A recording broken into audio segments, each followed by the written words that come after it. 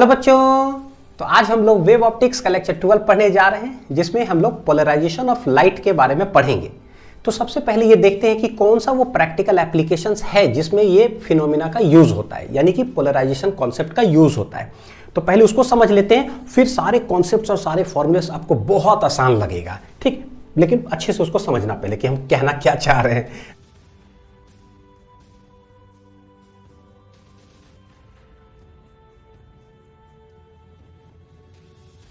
देखो, effects of polarisation.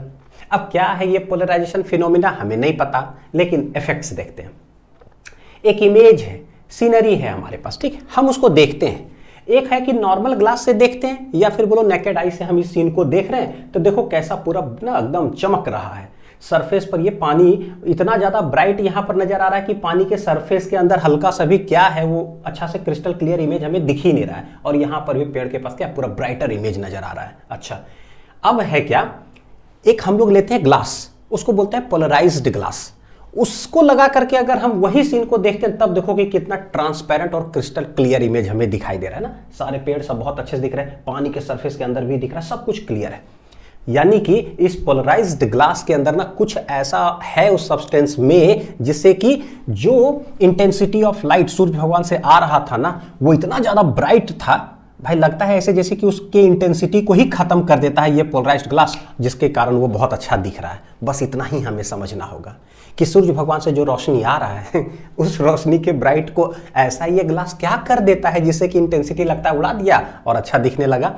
बस बस बस ये जो क्या कर देता है, क्या हो जाता है ना, उसी को पोलराइजेशन बोलते हैं। पढ़ेंगे आगे। सिमिलरली ये इमेज देख लो, यहां पर देखो, ये पोलराइज्ड से देख रहे हैं तो कितना क्रिस्टल क्लियर नजर आ रहा है। लेकिन अगर नॉन पोलराइज्ड नॉर्मल ग्लास अगर देखोगे तो है ना, सनलाइट ऐसे फॉल कर रहा है तो पानी से भी रिफ्लेक्ट हो रहा है, पत्थर वत्थर से भी रिफ्लेक्ट हो रहा है, तो पूरा ब्राइटर इमेज नजर आता है। और हम नहीं चाहते हैं कि हमें ऐसा इमेज दिखे, हम नहीं चाहते कि ऐसा इमेज दिखे पूरा है ना ब्राइट स्पॉट्स नजर आ रहा है। हम चाहते हैं क्रिस्टल क्लियर दिखे, हम चाहते हैं क्रिस्टल क्लियर दिखे।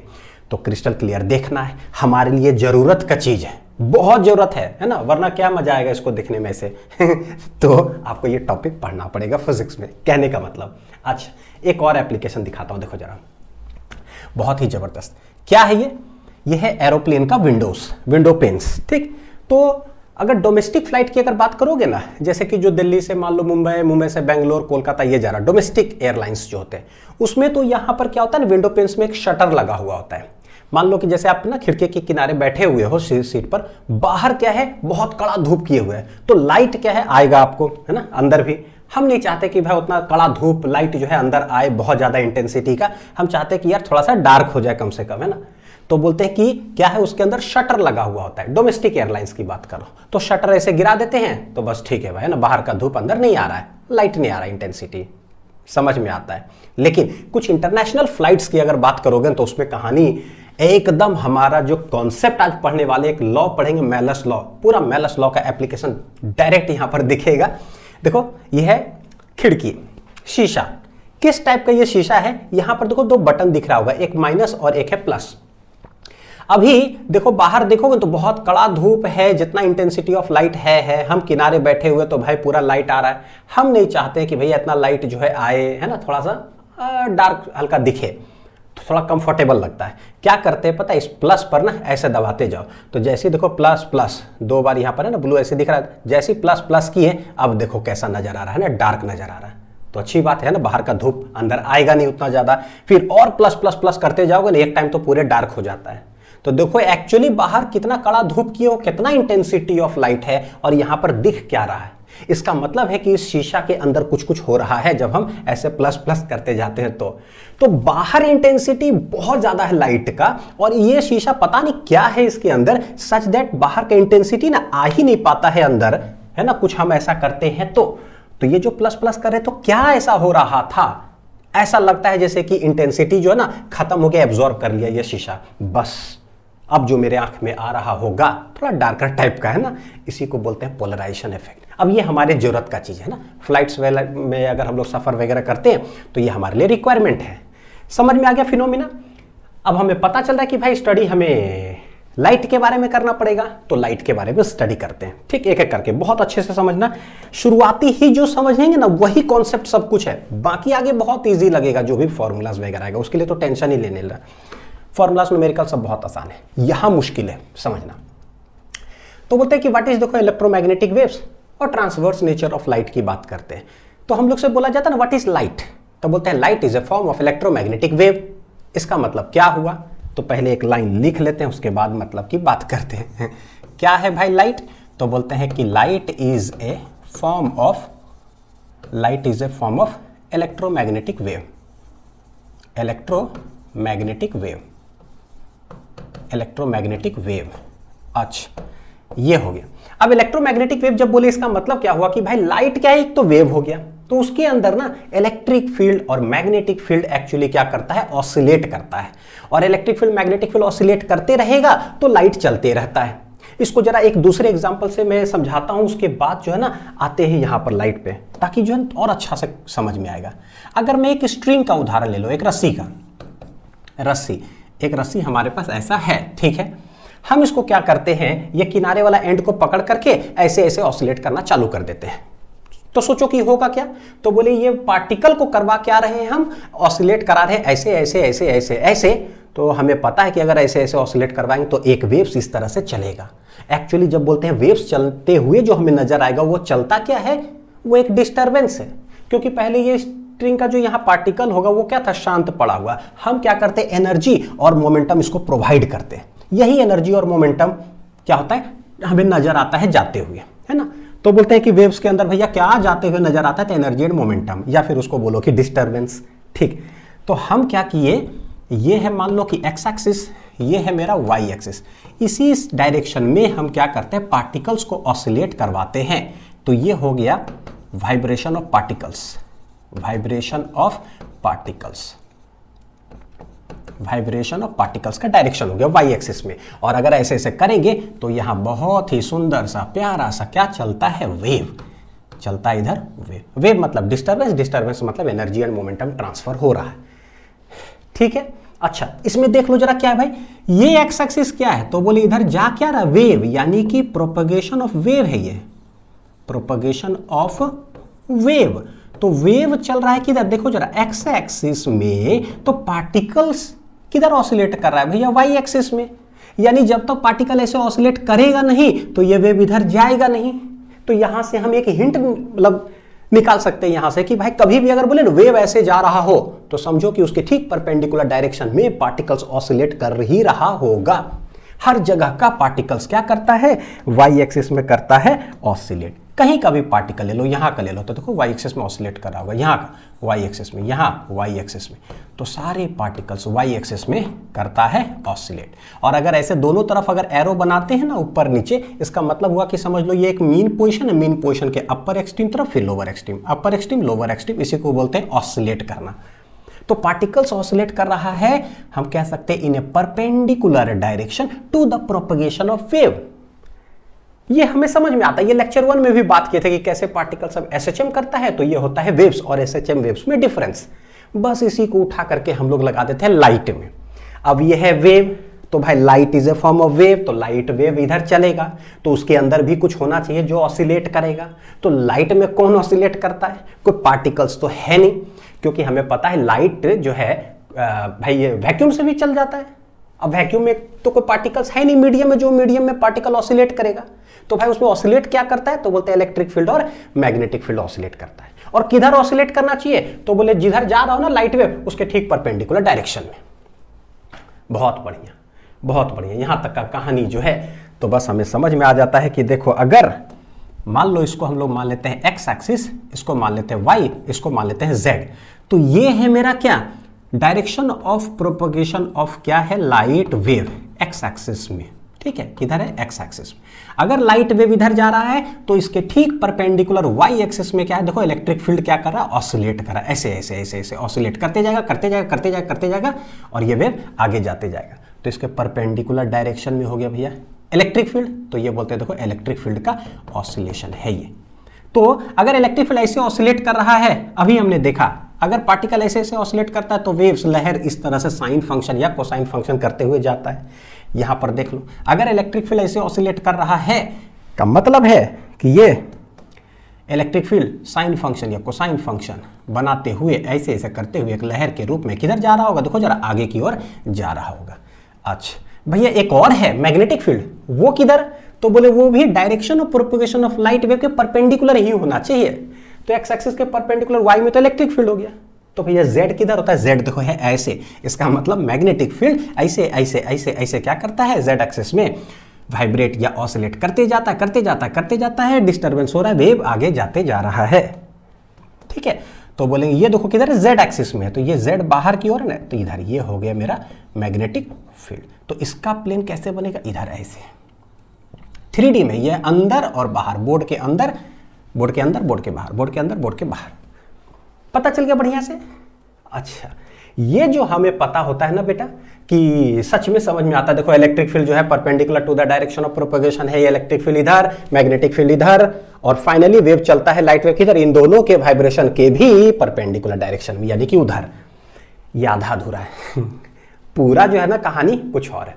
अब एक चीज देखते हैं, ये जो लाइट होता है, जैसे हम लोग बोलते हैं ना लाइट, तो हमारे दिमाग में क्या चलता है कि भाई कहीं अंधेरा होगा, लाइट आ गया, अच्छा अब मतलब सब कुछ हमें दिखाई देगा। तो लाइट कहने का मतलब ये होता है कि किसी ऑब्जेक्ट पर पड़ा लाइट तो वो ऑब्जेक्ट हमें दिखाई देगा। ये दिखाई देने का मतलब हो गया सेंस ऑफ विजन। तो बोलते हैं कि लाइट के अंदर ना दो ही चीज है, इलेक्ट्रिक फील्ड और मैग्नेटिक फील्ड। तो ये जो सेंस ऑफ विजिबिलिटी होता है कि जब लाइट पड़ता है वो दिखता है, वो किसके वजह से होता है, इलेक्ट्रिक फील्ड या मैग्नेटिक फील्ड के वजह से। तो हम बोलते हैं बेटा ये जो सेंस ऑफ विजिबिलिटी होता है वो इलेक्ट्रिक फील्ड कंपोनेंट के वजह से होता है, ना कि मैग्नेटिक फील्ड कंपोनेंट की वजह से। ये बहुत इंपॉर्टेंट बात है, ये समझना बहुत जरूरी है। नहीं तो क्या होता है ना, देखोगे कि पोलराइजेशन का लेक्चर ना लोग शुरू हो जाते हैं सीधे, है ना, पढ़ाना unpolarise light, polarise light, electric field electric field electric field कर रहे हैं। अरे भाई इलेक्ट्रिक फील्ड क्यों कर रहे हो, मैग्नेटिक फील्ड की बात क्यों नहीं कर रहे हो, लाइट के अंदर तो दोनों होता है। तो उसके पीछे का जो रीजन है ना, जो जनरली आप लोग डाउट्स पूछते हो कि सर सिर्फ इलेक्ट्रिक फील्ड क्यों लेते हैं, मैग्नेटिक फील्ड के बारे में तो कोई बात ही नहीं करता है।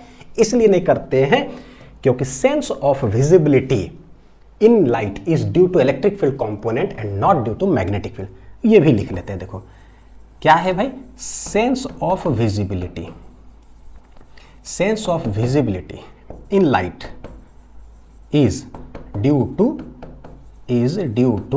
Electric field component, is due to electric field component, यानी electric field due to electric field, direct ऐसे बोल दो, due to electric field and not magnetic field. इसीलिए एक मिनट ये लिख लो, not due to magnetic field. इसीलिए जब भी हम लोग अब लाइट पढ़ रहे हैं, अभी हमने जो देखा प्रैक्टिकल एप्लीकेशन क्या कि हम इमेज को देख रहे हैं, यार अच्छा दिख नहीं रहा है, फिर एक चीज से देखते तो बहुत अच्छा दिखता है, यानी सिर्फ दिखने दिखने दिखने को लेकर के ये लेक्चर हम लोग पढ़ रहे हैं। तो दिखने का मतलब होता है सेंस ऑफ विजिबिलिटी, तो सिर्फ विजिबिलिटी की बात कर रहे हो तो लाइट के अंदर इलेक्ट्रिक फील्ड कंपोनेंट रिस्पॉन्सिबल है। इसका मतलब हो गया कि इस लेक्चर में हमें सिर्फ इलेक्ट्रिक फील्ड के बारे में पढ़ना चाहिए। तो अब हम शुरू करेंगे सिर्फ इलेक्ट्रिक फील्ड के बारे में डिटेल एनालिसिस करेंगे कि भाई लाइट जब चलता है तो इलेक्ट्रिक फील्ड किधर ऑसिलेट करता है। ये आधा अधूरा कॉन्सेप्ट होता है कि जो है ना बस वाई एक्सिस में, रियलिटी कुछ और है, आगे देखते हैं। ये दोनों लाइन लिख लो, ठीक। हाँ अब देखते हैं कि अच्छा हाउ इलेक्ट्रिक फील्ड जो है ना ऑसिलेट्स, क्या पढ़ने जा रहे हैं, हाउ इलेक्ट्रिक फील्ड ऑसिलेट्स, कैसे ये इलेक्ट्रिक फील्ड जो है ना ऑसिलेट करता है जब लाइट वेव आगे जाता है। तो रियलिटी देखो क्या है, जब लाइट वेव इधर जा रहा हो, ये है डायरेक्शन ऑफ, क्या है ये, direction of propagation of light wave, direction of propagation of light wave, propagation of light wave. तो अगर वेव मान लो कि एक्स एक्सिस की तरफ जा रहा है, ठीक है, तो इलेक्ट्रिक फील्ड हमें देखे पीछे क्या देखे थे कि एक्स एक्सिस में अगर लाइट वेव जा रहा है तो वाई एक्सिस परपेंडिकुलर है, तो उधर बोलते हैं कि इलेक्ट्रिक फील्ड ऑसिलेट कर रहा है। तो मान लो कि ये वाई एक्सिस हो गया ऐसे। तो रियलिटी में इलेक्ट्रिक फील्ड कैसे है, हमेशा बेटा जो है ना परपेंडिकुलर नहीं होता। रियल में डायग्राम बनाता हूं फिर इसको एक्सप्लेन करता हूं। मान लो कि यहां पर जो है इलेक्ट्रिक फील्ड ऐसे ऑसिलेट किया, ऐसे इस तरह से। तो कैसे है ये इलेक्ट्रिक फील्ड, कैसे ऑसिलेट किया, तो बोलिए ये जो एक्स एक्सिस है इसके ठीक परपेंडिकुलर डायरेक्शन में, तो हमें समझ में आता है भैया वो वाई में ऐसे ऑसिलेट किया, तो ऐसे, तो वेव ऐसे बन गया ऑसिलेशन का। अच्छा अगला पल में ही क्या होता है ना, इलेक्ट्रिक फील्ड इधर ऑसिलेट कर जाता है ऐसे, टेढ़ा और ये होता कितना है पता है, 90 डिग्री ही है। देखने में लग रहा हो कि सर ये तो 90 से ग्रेटर हो गया, बिल्कुल अभी बताता हूं कैसे ये 3D में।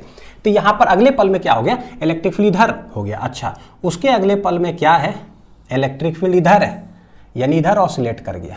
उसके अगले पल में क्या है, इलेक्ट्रिक फील्ड इधर ऑसिलेट कर गया, ऐसे। यानी कि हर इंस्टेंट पर देखोगे इलेक्ट्रिक फील्ड का जो ऑसिलेशन का डायरेक्शन है ना, वो होता है चेंज। लेकिन हमेशा क्या होगा, जो एक्स एक्सिस ऐसे जा रहा है ना, जिधर लाइट वेव जा रहा है उसके परपेंडिकुलर डायरेक्शन में ही ऑसिलेट करता है। ये भी देखने में लग रहा है एक्यूट एंगल जैसा, लेकिन है नहीं। सब कैसा है, 90 डिग्री 90 डिग्री 90 डिग्री। मान लो ये उदाहरण दे रहा हूं कि let at t equal to 1 second पर ऐसा, तो अगला सेकेंड जो होगा ना t इक्वल टू 2 सेकेंड पर ऐसा, t इक्वल टू 3 सेकेंड पर ऐसा, t इक्वल टू 4 सेकेंड पर ऐसा। समझाता हूं कि क्या इसका मतलब हुआ। वीडियो रोक करके आराम से डायग्राम बना लिया करो, कोई दिक्कत नहीं है ना। अब देखो समझते हैं, समझने की बारी शुरू होती है हमारी। देखो ये है मान लो लाइट वेव, ऐसे लाइट वेव आगे जा रहा है, तो हमें पता है कि ठीक है, मान लो ये एक्स एक्सिस है और ये है मेरा वाई एक्सिस। तो ऐसा लगता है जैसे इलेक्ट्रिक फील्ड हमेशा जो है देखो यहाँ ऐसे ऐसे ऐसे ऐसे वाई एक्सिस में ही ऑसिलेट करते हुए आगे की ओर जाता होगा, है ना, और ये प्लेन बन जाता होगा ऐसा, इलेक्ट्रिक फील्ड का ऑसिलेशन वाला प्लेन। लेकिन ऐसा नहीं, t इक्वल टू 0 मान लो बेटा, या फिर 1 सेकंड पर इलेक्ट्रिक फील्ड ऐसे ऑसिलेट किया, ठीक है। तो पता है कि अगला पल में क्या हुआ, इलेक्ट्रिक फील्ड इधर ऑसिलेट कर गया ऐसे।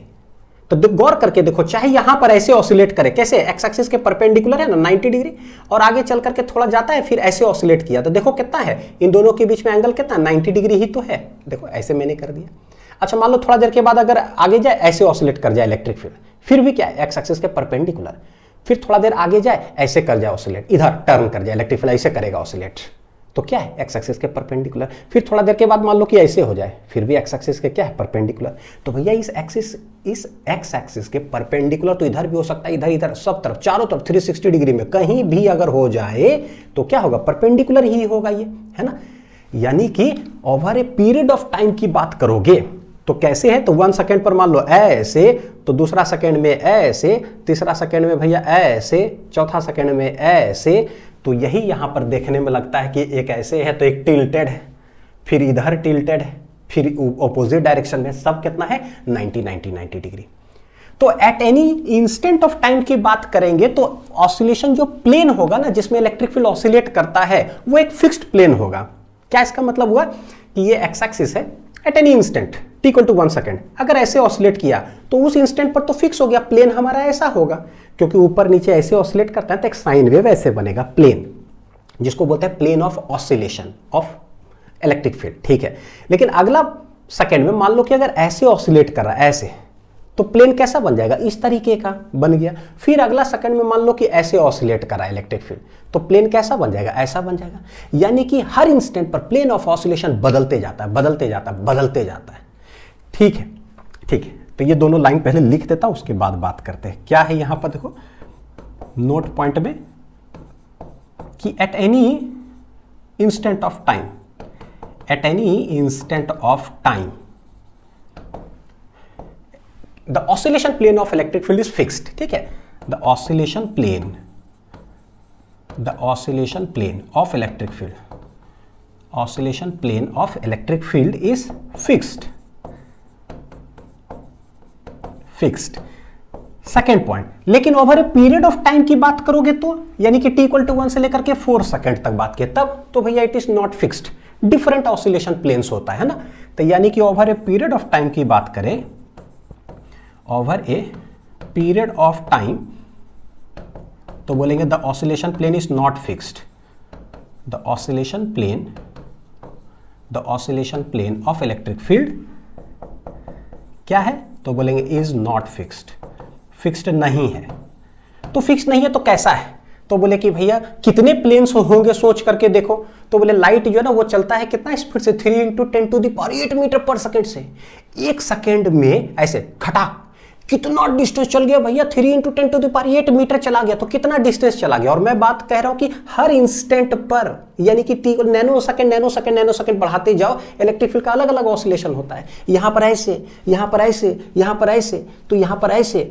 अरे भाई एक सेकंड में इतना पता नहीं कितना 1000 किलोमीटर जब चला जाएगा, तो उसमें कितने प्लेन्स बन जाएंगे इलेक्ट्रिक फील्ड ऑसिलेशन के, इनफाइनाइट प्लेन्स बन जाएंगे। ये जो पूरा 360 डिग्री है ना, मतलब यहां से लेकर के वहां तक over a period of time में मान लो कि इतना डिस्टेंस जो है ना लाइट वेव चला, तो पूरा डिस्टेंस में अगर एनालिसिस करोगे तो कितने प्लेन्स नजर आएंगे? तो बोले ये वाला भी है, ये वाला भी है, ये वाला भी है, ये वाला भी है, ये वाला, ये वाला, ये वाला, ये वाला, ये वाला, ये वाला। बोले अरे भाई तो खाट खाट खाट खाट है ना, सलमान खान का गर्म मूवी चल रहा है। ऐसे इनफाइनाइट टाइम्स बोलो है। देखो भाई इनफाइनाइट टाइम्स मैंने बोला तो यहां क्या हो गया, ठीक है। तो इनफाइनाइट प्लेन, तो कैसे हम लोग इसको बनाएंगे? तो इसको पिक्टोरियल रिप्रेजेंटेशन अगर करें तो देखो कैसा बनेगा। Over a fixed period of time में how you will represent the oscillation planes of electric field? तो बोलेंगे क्या? Over a period of time, ठीक है, देयर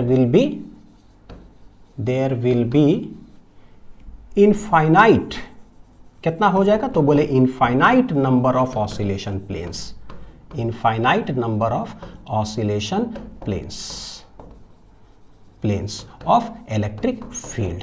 तो ना हम लोग over a period of time ही क्या करते हैं, बनाने की कोशिश करते हैं। तो कैसे बनाएंगे? तो देखो ये बन जाता है बिल्कुल इस तरह से।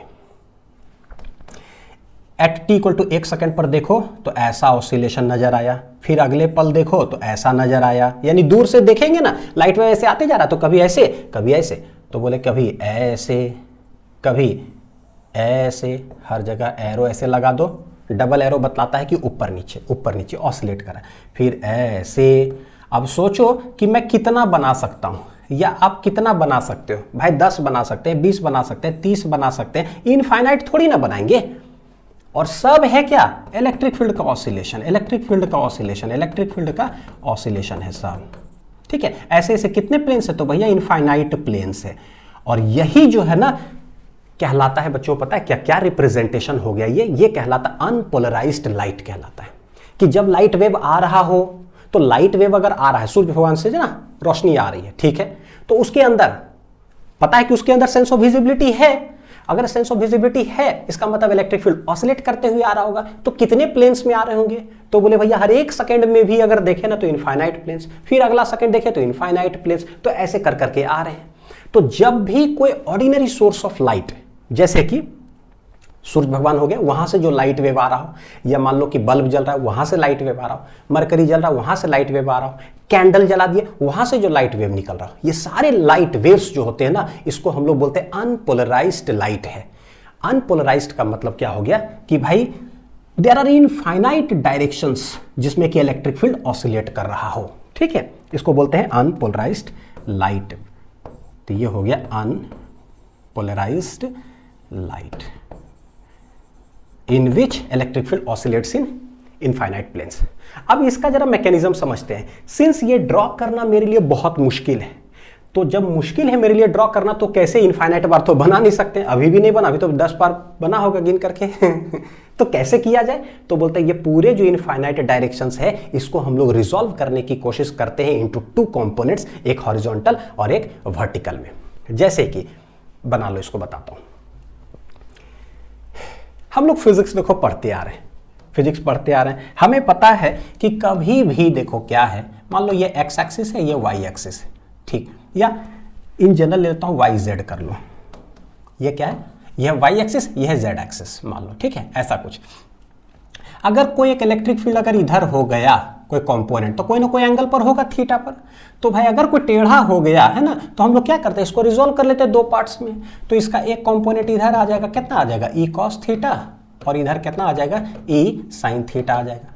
अच्छा, एक कंपोनेंट है तो उसको हमने 2 पार्ट में रिजोल्व किया। भाई एक और अगर इलेक्ट्रिक फील्ड हो तो, और मान लो कि θ1 एंगल पर, तो क्या करोगे, फिर से रिजोल्व कर लेंगे। तो इसको भी हटा करके एक हॉरिजॉन्टल एक वर्टिकल, तो इधर आ जाएगा, देखो θ1 है तो ये हो जाएगा e cos θ1, तो इधर कितना आ जाएगा, इसका कंपोनेंट e sin θ1।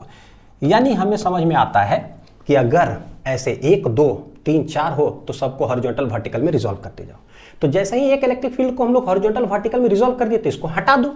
हम लोग कह सकते हैं इन जनरल, देखो भैया ये और ये है, एक और है तो उसको भी रिजोल्व कर दो। लेकिन ऐसे इनफाइनाइट है तो क्या करें, तो देखो बताता हूं कि कैसे उसको रिजोल्व करेंगे। देखना, z और y मान लेते हैं, क्यों जेड वाई मान रहा हूं पता है, क्योंकि ना लाइट वेव जैसे बोलते हैं कि एक्स एक्सिस की तरफ जा रहा है तो इलेक्ट्रिक फील्ड ऑसिलेट कर रहा है वाई में, तो हमेशा लाइट वेव को मान लेते हैं, ठीक है ना, बोर्ड पर ऐसे बनाते हैं तो ये एक्स एक्सिस होता है तो बोलते हैं एक्स एक्सिस में मान लो जा रहा है, और ये हो गया प्लेन जिधर इलेक्ट्रिक फील्ड ऑसिलेट करेगा। हाँ, तो बोलते हैं ये ऐसा ऐसा है। Let there are infinite directions जिधर इलेक्ट्रिक फील्ड ऑसिलेट करता है। मान लो कि बोले कि वर्टिकल से थीटा एंगल पर एक इलेक्ट्रिक फील्ड है जो कि है ई ऑसिलेट कर रहा है। इसको अगर रिजॉल्व करने की कोशिश करेंगे तो इधर कितना कंपोनेंट आएगा, ये हो जाएगा ई कॉस थीटा, तो इधर हो जाएगा ई साइन थीटा, है ना, जेड के तरफ। सिमिलरली बोले भैया यहां से यहां तक में ना इनफाइनाइट है टोटल, तो बोले अगर थीटा पर एक इलेक्ट्रिक फील्ड यहां है ना तो गारंटीड हॉरिजॉन्टल से भी थीटा पर होगा ही एक, क्योंकि इनफाइनाइट है, तो बोले यहां पर भी एक इलेक्ट्रिक फील्ड कंपोनेंट है कितना पे, थीटा पे। इसको रिजॉल्व करें तो इधर आ जाता है कितना, देखो ई कॉस थीटा, और इसका इधर हो जाएगा कितना, ई साइन थीटा। यानी अगर हम लोग देखें कि अगर दो को ही लेकर के अगर रिजॉल्व करते हैं तो हॉरिजॉन्टल में टोटल कितना आ गया, तो बोले ई जेड कंपोनेंट टोटल देखोगे इलेक्ट्रिक फील्ड जेड डायरेक्शन, तो ये आ रहा है कितना, ई साइन थीटा प्लस कितना है, ई कॉस थीटा। सिमिलरली अगर ई वाई कंपोनेंट अगर हम लोग देखें, है ना, तो ये कितना आएगा, ई साइन थीटा प्लस कितना है, ई कॉस थीटा। देखो क्या है, magnitude E sine theta cos theta या E sine theta E cos theta, यानी कि अगर इसको मिला करके मान लो मैंने बोल दिया ई है टोटल, ई जेड कितना है ई, तो ये भी कितना हो जाएगा, ई ही हो जाएगा, या ई नॉट बोल दो, लेट ये ई नॉट है तो ये वाला भी कितना हो जाएगा, ई नॉट। यानी कि समेशन ऑफ, देखना ध्यान से देखना, summation of actually all the electric field जितने भी वाइब्रेट कर रहे हैं सबका जो है ना हम लोग कंपोनेंट निकालेंगे जेड एक्सिस के तरफ। तो देखते हैं कि सिर्फ दो का हम देखते हैं ना सिमेट्री, तो दोनों का magnitude of electric field in Z and Y axis क्या आ जाता है, सेम आ जाता है। सिर्फ दो को रिजॉल्व किए भाई, ऐसा ही इधर से एक और थीटा 1 पर होगा तो इधर भी थीटा 1 पर होगा, फिर से रिजॉल्व करोगे तो अगेन क्या आएगा, सेम आएगा सिमेट्री के हिसाब से। तो बोलते हैं कि ओ ये जो इलेक्ट्रिक फील्ड है ना इनफाइनाइट प्लेन्स में, यहां से यहां तक सबको रिजॉल्व करोगे ना तो इधर वाले कंपोनेंट हो गया मैग्नीट्यूड सेम। सिमिलरली इधर जो वाइब्रेट कर रहा है इसको भी हॉरिजॉन्टल वर्टिकल में रिजॉल्व करोगे, अगेन यहां और यहां का कंपोनेंट सब क्या आ जाएगा, सेम।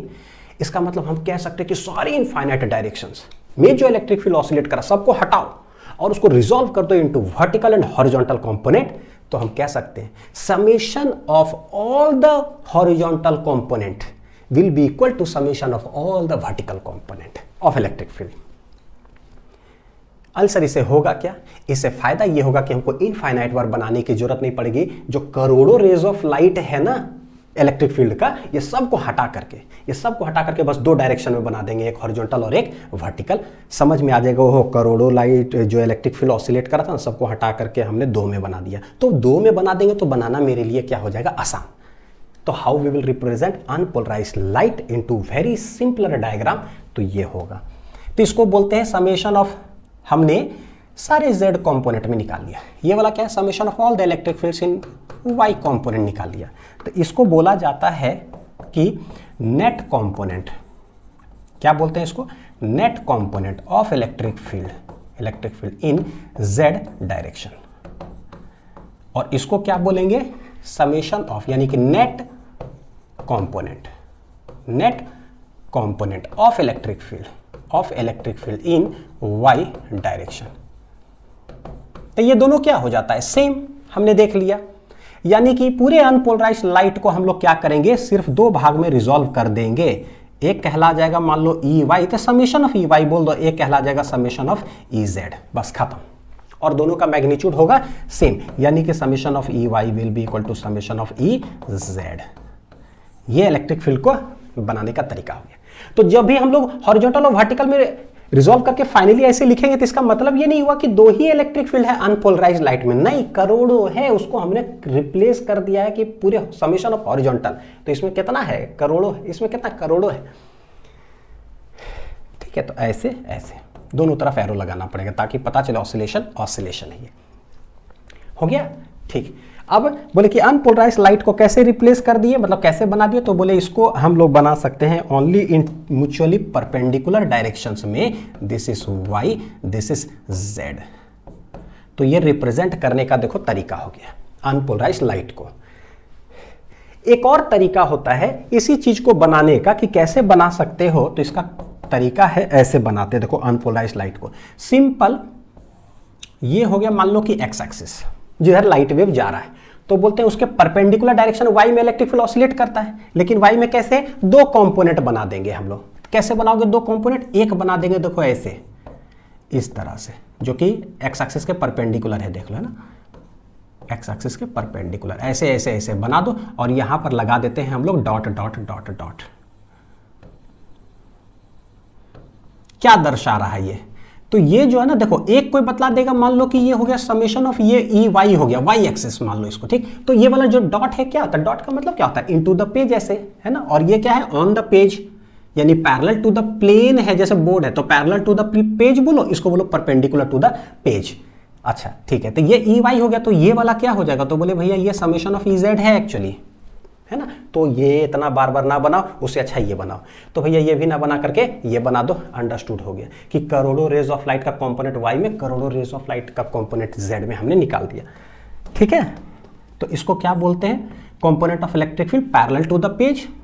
तो क्या बोलोगे, इलेक्ट्रिक फील्ड कंपोनेंट्स, पूरे अच्छे से लिखता हूं, देखो जरा क्या है ना, जरूरी है समझना। Component of electric field parallel to the page, parallel to the page, page के पैरेलल है। और ये वाला क्या है, तो बोले ये है मेरा, ये है मेरा, ये क्या है, तो बोले component of electric field, component of electric field perpendicular to the page, perpendicular to the page.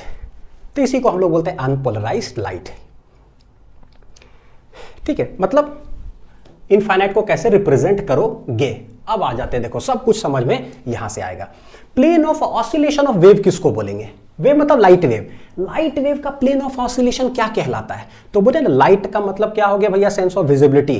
तो जैसे सेंस ऑफ विजिबिलिटी किसकी बात करेंगे, इलेक्ट्रिक फील्ड का।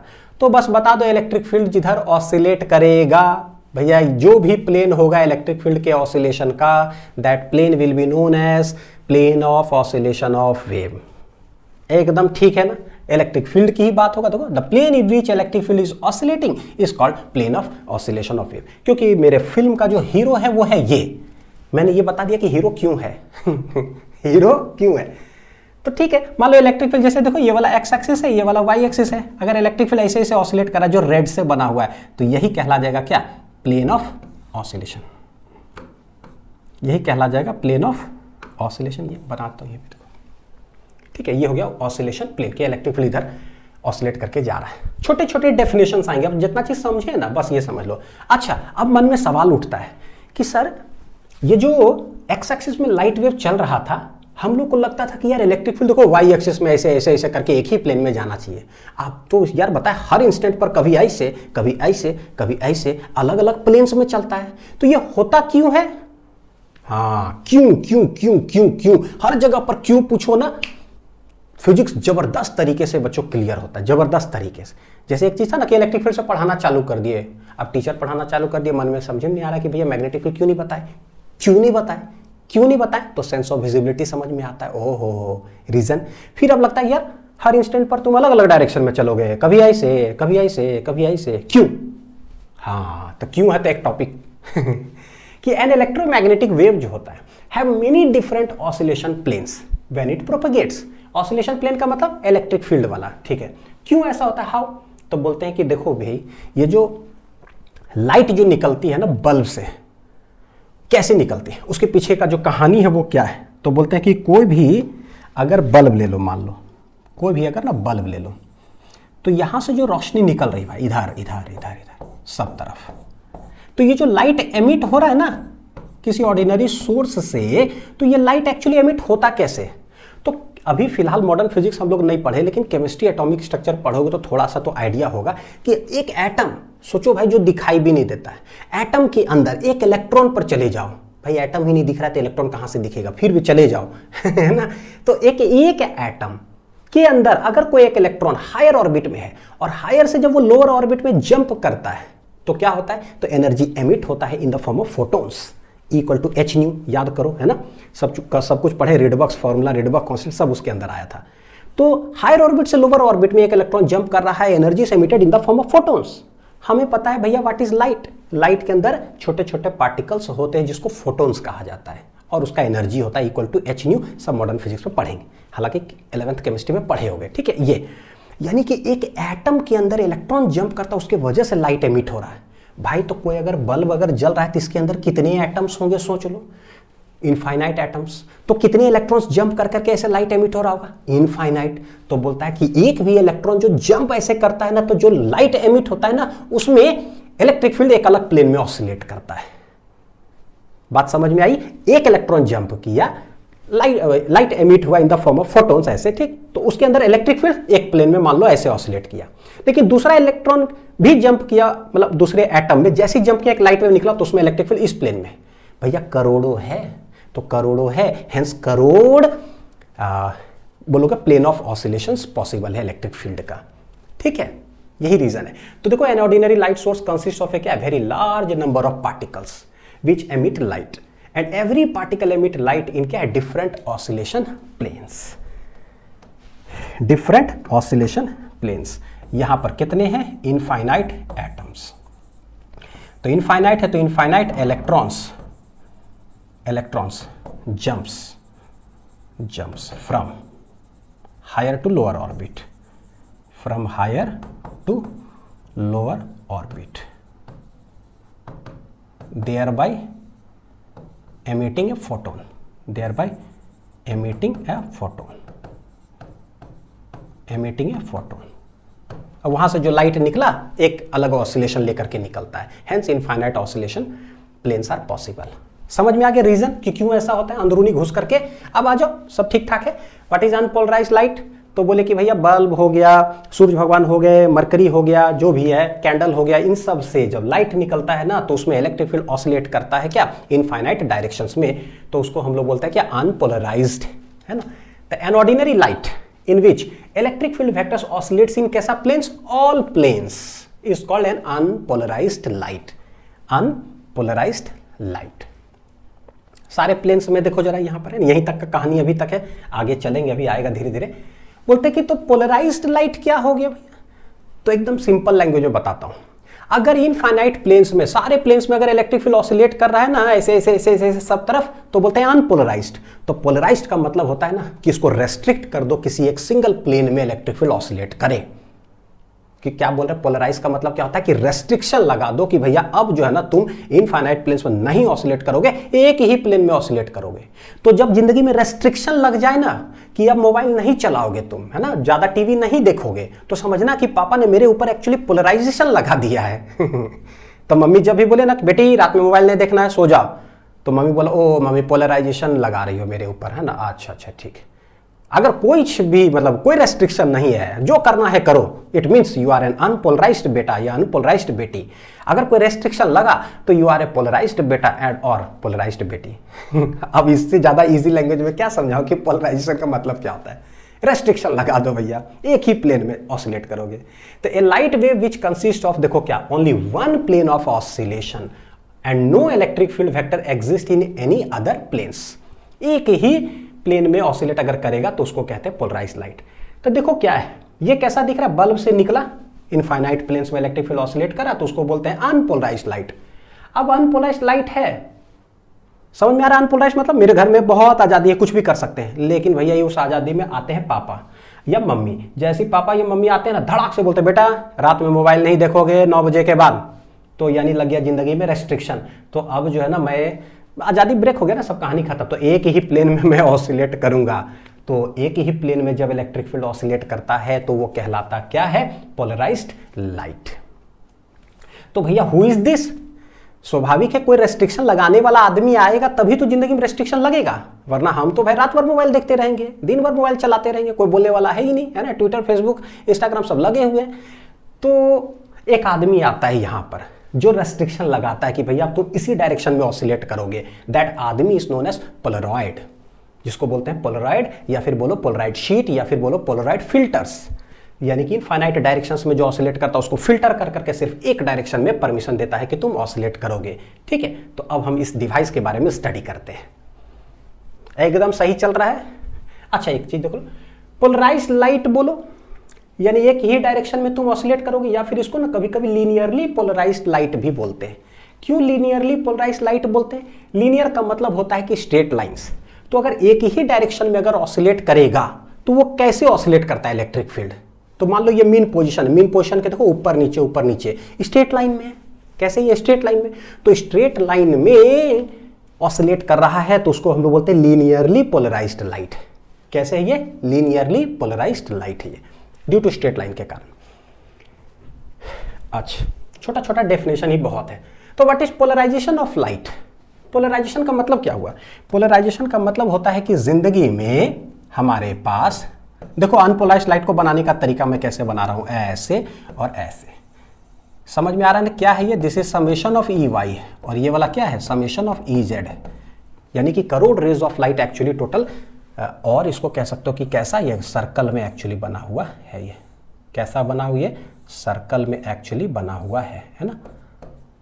तो चाहे ऐसे बनाओ बहुत समय लगेगा, या फिर ऐसे बनाओ तो यही ठीक है ना। बस एक इधर रिजॉल्व करके हमने लिख दिया। तो जब भी अनपोलराइज्ड लाइट हो, बस जिंदगी में बहुत आज़ादी था, आते हैं पापा या मम्मी और ज़िंदगी में लगा देते हैं रेस्ट्रिक्शन, बेटा मोबाइल बंद। तो एक ही डायरेक्शन में अगर अब हम ऑसिलेट कर रहे हैं, है ना, तो बोलते हैं कि ये है मेरा अनपोलराइज्ड लाइट, ये हो जाता है मेरा पोलराइज्ड लाइट।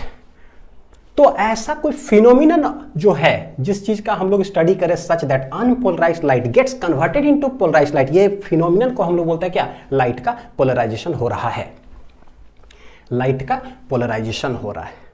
अपने आप यहां पर इंटेंसिटी समझ में आ जाएगा, थोड़ा देर में देखना।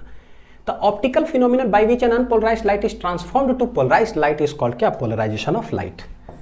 तो ये है अनपोलराइज्ड लाइट और ये है मेरा पोलराइज्ड लाइट। बोले ना, एक बार बेस अगर समझ में आ गया फिर तो बहुत आसान हो जाता है।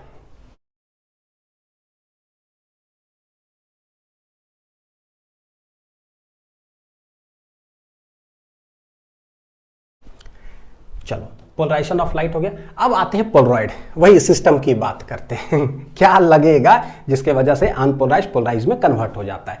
तो देखो ये जो पोलरॉइड है ना, इसके जो खोज करता है ना वो है साइंटिस्ट, इनका नाम देखो है एडविन लैंड, और ये 1932 में जो है ना इनका पूरा खोज किया था। देख रहे हो हाथ में, यही है एडविन लैंड। देखो हाथ में ऐसा कुछ शीट लिए हुए ना, ऐसा कुछ दिख रहा है, यही पोलराइजिंग शीट है। गौर करके देखो, यहाँ का इमेज देखोगे ना तो कितना ब्राइट नजर आ रहा है, लेकिन ये शीट है, शीट के पीछे का देखो जो है ना थोड़ा डार्क नजर आ रहा है ना, यानी इंटेंसिटी ऑफ लाइट लग रहा है भाई इधर से देखें तो खत्म हो गया। तो यही है जो खोज किए पोलरॉइड का। तो देखो क्या है, किस टाइप का ये शीट होता है, तो बोलते हैं polarizing sheet which is in the shape of a circle. किस शेप में होगा? अगर सर्कल शेप में है पोलराइजिंग एक ऐसा sheet, and is used to convert क्या? An unpolarised light into a polarized light. Unpolarized light को अगर पोलराइज्ड लाइट में कन्वर्ट कर दे, ये है ना, तो वो कहलाता है मेरा क्या? पोलरॉइड। तो एक्चुअली क्या ना, पोलरॉइड जो बोलते हैं ना, ये सर्कुलर शेप के वजह से कहलाता है पोलरॉइड, सर्कुलर शेप में। तो भैया इस सब्सटेंस के अंदर होता क्या है, क्या होता है? तो ये थोड़ा सा आपके सिलेबस से बाहर है, ये पूछता नहीं है, लेकिन फिर भी मैंने लगा दिया ताकि जो है ना पता चले कि भाई क्या होता है इसके अंदर। तो देखो ये Polaroid is made up of, क्या चीज से बना होता है? मेनी माइक्रोस्कोपिक क्रिस्टल्स होता है ऑफ आयोडोक्यूनिन सल्फेट, है ना। अब होता है बेटा जो भी है, ठीक है, हमें इससे उतना मतलब नहीं है, बस जान लो एक बार, सुन लो खाली कि आयोडोक्यूनिन सल्फेट होता है। एम्बेडेड इन क्या है, देखो जरा, ट्रांसपेरेंट नाइट्रोसेल्युलोज पॉलीमर फिल्म, यानी कि जो सब्सटेंस होता है, जो मटेरियल इसके अंदर होता है ना, वो होता है आयोडोक्यूनिन सल्फेट। और ये कैसा? ट्रांसपेरेंट ये पॉलीमर फिल्म, यानी इसको ऐसे समझ सकते हो जैसे प्लास्टिक कैसे होता है ना, प्लास्टिक तो हमें पता है ट्रांसपेरेंट होता है ना, इधर से उधर दिखता है, तो समझ लो कि पतला सा एकदम प्लास्टिक ऐसे ले लिए, उसके अंदर सब्सटेंस है, और उस सब्सटेंस जो होता है आयोडोक्यूनिन सल्फेट कैसा है? लॉन्ग चेन मॉलिक्यूल्स होता है। कैसा होता है ये होता है long chain molecules, long chain molecules. तो देखो करता क्या है, मॉलिक्यूल्स ले लिया, मॉलिक्यूल्स को पकड़ करके ऐसे करके स्ट्रेच कर देते हैं उसको, और स्ट्रेच कर दिए तो देखो इस तरह से ऐसे ऐसे ना एक एक्सिस टाइप का कुछ बन जाएगा। तो इसको स्ट्रेच कर देते हैं ऐसे ऐसे, मॉलिक्यूल्स को ऐसे ऐसे ऐसे ऐसे ऐसे स्ट्रेच कर दिए, और इधर से प्लास्टिक का शीट पतला सा ऐसे कुछ करके लगा दिए, जैसे प्लास्टिक का बोतल बनाते हैं तो क्या है, एक ऐसा ठोस से बन जाता है जिसमें पानी रख सकते हैं। उसी तरह से क्या है, अब मॉलिक्यूल है, सब्सटेंस है भैया, उसको खींच करके ऐसे लंबा कर दिए, इधर से प्लास्टिक का थिन लेयर लगा दिए, तो क्या हो गया, मेरे लिए अच्छा सा एक शीट बन गया इस टाइप का, ऐसा कुछ। तो यही कहला जाता है क्या, पोलरॉइड। तो अगर इस तरीके से ऐसे ऐसे किया हुआ ना, तो इसको पता है क्या बोलते हैं, इसको बोलते हैं पास एक्सिस। क्या बोला जाता है, पास एक्सिस ऑफ ए पोलरॉइड, और इसको हम लोग ट्रांसमिशन एक्सिस भी बोलते हैं। क्या बोलते हैं, ट्रांसमिशन एक्सिस। तो चाहे of A Polaroid, pass axis बोलो या फिर ट्रांसमिशन एक्सिस बोलो। एग्जाम्पल के तौर पे क्या क्या है, तो भाई टूरमैलिन क्रिस्टल होता है, निकोल प्रिज्म होता है ये, ठीक है। पोलरॉइड का उदाहरण बताओ, तो ये हो गया टूरमैलिन क्रिस्टल, निकोल प्रिज्म, ऐसा हम लोग सब्सटेंस लेते हैं। अब ये पास एक्सिस है, ट्रांसमिशन एक्सिस है, तो इसका क्या रोल है, तो हम लोग देखते हैं कि भाई ये काम कैसे करता है। आ जाओ देखो जरा, आते हैं थोड़ा इंटेंसिटी के बारे में जान लेते हैं, फिर ये करते हैं। इंटेंसिटी ऑफ लाइट वेव कैसे दिया जाता है, तो हमें पता है कि मान लो ये क्या है भाई, लाइट वेव जो है इधर जा रहा है, तो इसके अंदर दो चीज है ना, देखे तो एक इलेक्ट्रिक फील्ड ऑसिलेट करता मान लो y में, तो z में मैग्नेटिक फील्ड है। तो light wave is composed of electric and magnetic दोनों। तो इंटेंसिटी ऑफ लाइट वेव का ना फॉर्मूला क्या होता है, ये होता है एप्सिलॉन नॉट ERMS का होल स्क्वायर इंटू c है जहां क्या, स्पीड ऑफ लाइट। और हमें पता है कि मान लो इलेक्ट्रिक फील्ड का ही ऑसिलेशन को अगर बनाओगे तो बनेगा कैसा भैया, साइन वेव ही तो बनेगा, है ना, साइन वेव। और AC चैप्टर पढ़कर आए हैं, तो जब भी AC चैप्टर हम लोग पढ़ते हैं, RMS कैसे होता है हमें पता, IRMS या ERMS जो पढ़ते हैं, तो ERMS बराबर क्या होता है, फॉर्मूला पढ़ चुके, E0 बटे क्या, √2, E0 बटे √2। तो E0 क्या है, तो इसको बोलते हैं, क्या बोलोगे सोचो जरा, या तो बोल दो कि peak value of electric field है, या फिर बोलो एम्पलीट्यूड ऑफ इलेक्ट्रिक फील्ड। क्या बोलेंगे इसको, amplitude, electric field amplitude of electric field, amplitude of electric field. इसका मतलब कि जैसे ये ऑसिलेट करते हुए जा रहे हैं, तो कितना एम्पलीट्यूड इसका, एम्पलीट्यूड मतलब क्या, मीन पोजीशन से लेकर के एक्सट्रीम तक कितना मैक्सिमम डिस्प्लेसमेंट है ये, तो यही कहला जाता है क्या, E0। Magnitude of electric field भी कह सकते हो, क्या बोलते हैं उसको, मैग्नीट्यूड ऑफ इलेक्ट्रिक फील्ड या amplitude of electric field, E0। तो ERMS हो गया E0 बटे √2। तो हम लोग इसको अगर ERMS को वहां पर रख देंगे कि E0 बटे √2 हो जाएगा, तो इसका होल स्क्वायर इंटू हो जाएगा c, √2 का होल स्क्वायर हो जाएगा 2, यानी कि हाफ एप्सिलॉन नॉट E0 का स्क्वायर इंटू c। तो ये इंटेंसिटी का फॉर्मूला हो गया। तो ये जो इंटेंसिटी का मैंने फॉर्मूला लिखा है ना, तो इंटेंसिटी का फॉर्मूला है किसके रूप में मैंने लिखा पता है, इन टर्म्स ऑफ इलेक्ट्रिक फील्ड के रूप में मैंने लिखा है। तो ऐसा है, यहीं पर अगर मैग्नेटिक फील्ड के रूप में भी लिखते हैं, क्योंकि पता लाइट कंपोज्ड ऑफ दो चीज, इलेक्ट्रिक फील्ड में ऐसी इंटेंसिटी, मैग्नेटिक फील्ड में लिखेंगे तो चलो एक बता ही देता हूं, है ना, देखो कैसे होगा, इसी का कट कॉपी। जहां जहां पर इलेक्ट्रोस्टैटिक वाला फॉर्मूला आता है एप्सिलॉन नॉट ना, अगर एप्सिलॉन नॉट ऊपर है तो भैया मैग्नेट में म्यू नॉट चला जाता है नीचे। अगर इलेक्ट्रिक फील्ड है तो यहां पर आ जाएगा मैग्नेटिक फील्ड, ERMS तो ये हो जाएगा BRMS, तो ये BRMS का होल स्क्वायर, और C होता है, यानी देखो मैग्नेटिक फील्ड के रूप में इंटेंसिटी फॉर्मूला ये हो जाएगा। कितना अच्छा है, इलेक्ट्रोस्टैटिक मैग्नेटिक देखते हो कैसे छापते हैं, पूरा इलेक्ट्रोस्टैटिक में जहां जहां पर एप्सिलॉन नॉट नीचे होता है तो भैया मैग्नेट में म्यू नॉट ऊपर हो जाएगा, जहां पर एप्सिलॉन नॉट ऊपर होता है तो वहां म्यू नॉट नीचे हो जाएगा। राइमिंग मैच करो। तो हमें इलेक्ट्रिक फील्ड से मतलब है, तो इलेक्ट्रिक फील्ड का ये, यहां से ये पता चलता है कि intensity of light directly proportional to क्या होता है, एम्पलीट्यूड ऑफ इलेक्ट्रिक फील्ड का क्या हो जाता है, होल स्क्वायर। यानी कि कोई भी जो है ना वेव ऑसिलेट कर रहा है इलेक्ट्रिक फील्ड, तो बताओ बस उसका मैग्नीट्यूड क्या है, बस कितना मैग्नीट्यूड, कितना एम्पलीट्यूड है, बस रख दो, उसका होल स्क्वायर के प्रोपोर्शनल होगा ये इंटेंसिटी। तो डायरेक्टली प्रोपोर्शनल टू ये है, देखो E0 स्क्वायर, 2 क्या है कांस्टेंट, एप्सिलॉन क्या है कांस्टेंट, c क्या है कांस्टेंट। यानी कि इन जनरल अगर कभी ऐसे लिख दिया ना, तो ऐसे भी लिख सकते हो, इंटेंसिटी इक्वल टू क्या, प्रोपोर्शनलिटी हटाओ कोई कांस्टेंट लगा दो, यानी k E0 का स्क्वायर भी लिख सकते हैं। तो k क्या है भाई, कांस्टेंट, और ये कांस्टेंट किसके बराबर होगा, तो हाफ एप्सिलॉन नॉट c के बराबर होगा ना, कह सकते हैं। ठीक, intensity amplitude of electric field जो होता है उसका होल स्क्वायर के प्रोपोर्शनल होता है लाइट वेव में। आ जाओ अब पोलरॉइड की बात करते हैं। जब एक पोलरॉइड से इंटेंसिटी ऑफ लाइट कुछ है और वो जब पोलरॉइड से पास करता है तो भैया क्या होता है, वही विंडो पेन्स एरोप्लेन वाला, बाहर बहुत लाइट का इंटेंसिटी बहुत ज़्यादा है, पार किया तो क्या हुआ, अब पढ़ने जा रहे हैं। Intensity of transmitted light from A Polaroid. तो बोलते हैं क्या, सबसे पहला केस ये है बेटा कि व्हेन एन अनपोलराइज्ड लाइट, कैसा लाइट, अनपोलराइज्ड लाइट, यानी कि there infinite directions of vibrations of electric field है, ठीक है। तो वो जब पास करेगा थ्रू ए पोलराइजर बोलो या पोलरॉइड बोलो, तब क्या होगा। तो इसको 1/2 रूल बोलते हैं। क्यों बोलते हैं, यहां देखना। अनपोलराइज्ड लाइट को कैसे बनाओगे, तो अनपोलराइज्ड लाइट को डायरेक्ट हम बना सकते हैं इस तरीके से, यानी ये क्या है, तो ये वाई एक्सिस है, ये जेड एक्सिस है।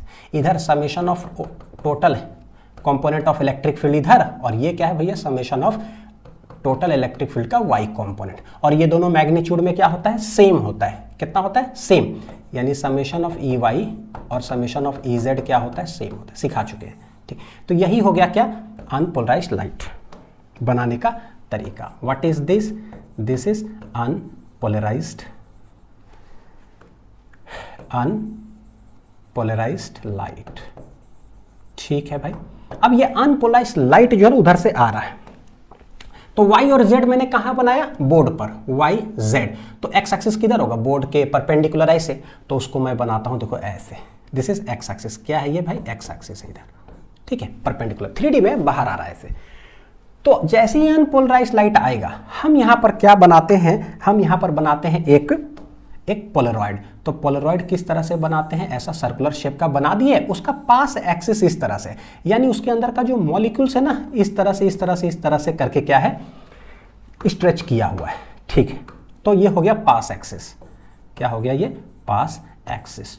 तो बोलते हैं कि लेट ये पास एक्सिस ना वाई डायरेक्शन में, किधर है बेटा, देखो जरा, वाई डायरेक्शन। तो ये लाइट ऐसे आया, होता क्या है, बोलते हैं कि जैसा ही अनपोलराइज्ड लाइट है, तो अनपोलराइज्ड लाइट में करोड़ों है, लेकिन उसको हमने 2 भाग में रिजॉल्व किया, सारा वर्टिकल कंपोनेंट, सारा हॉरिजॉन्टल कंपोनेंट।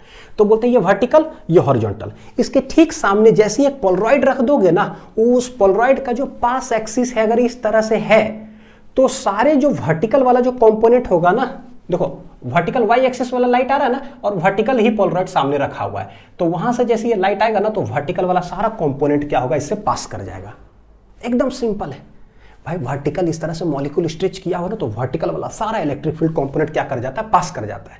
लेकिन हॉरिजॉन्टल वाला क्या होगा, तो बोले भैया हॉरिजॉन्टल वाला आ रहा है ऐसे, और ये इसका पास एक्सिस है इस तरह से, तो सारे जाकर के क्या हो जाएंगे, वहां रुक जाएंगे, है ना। तो कहानी हो जाता है खत्म।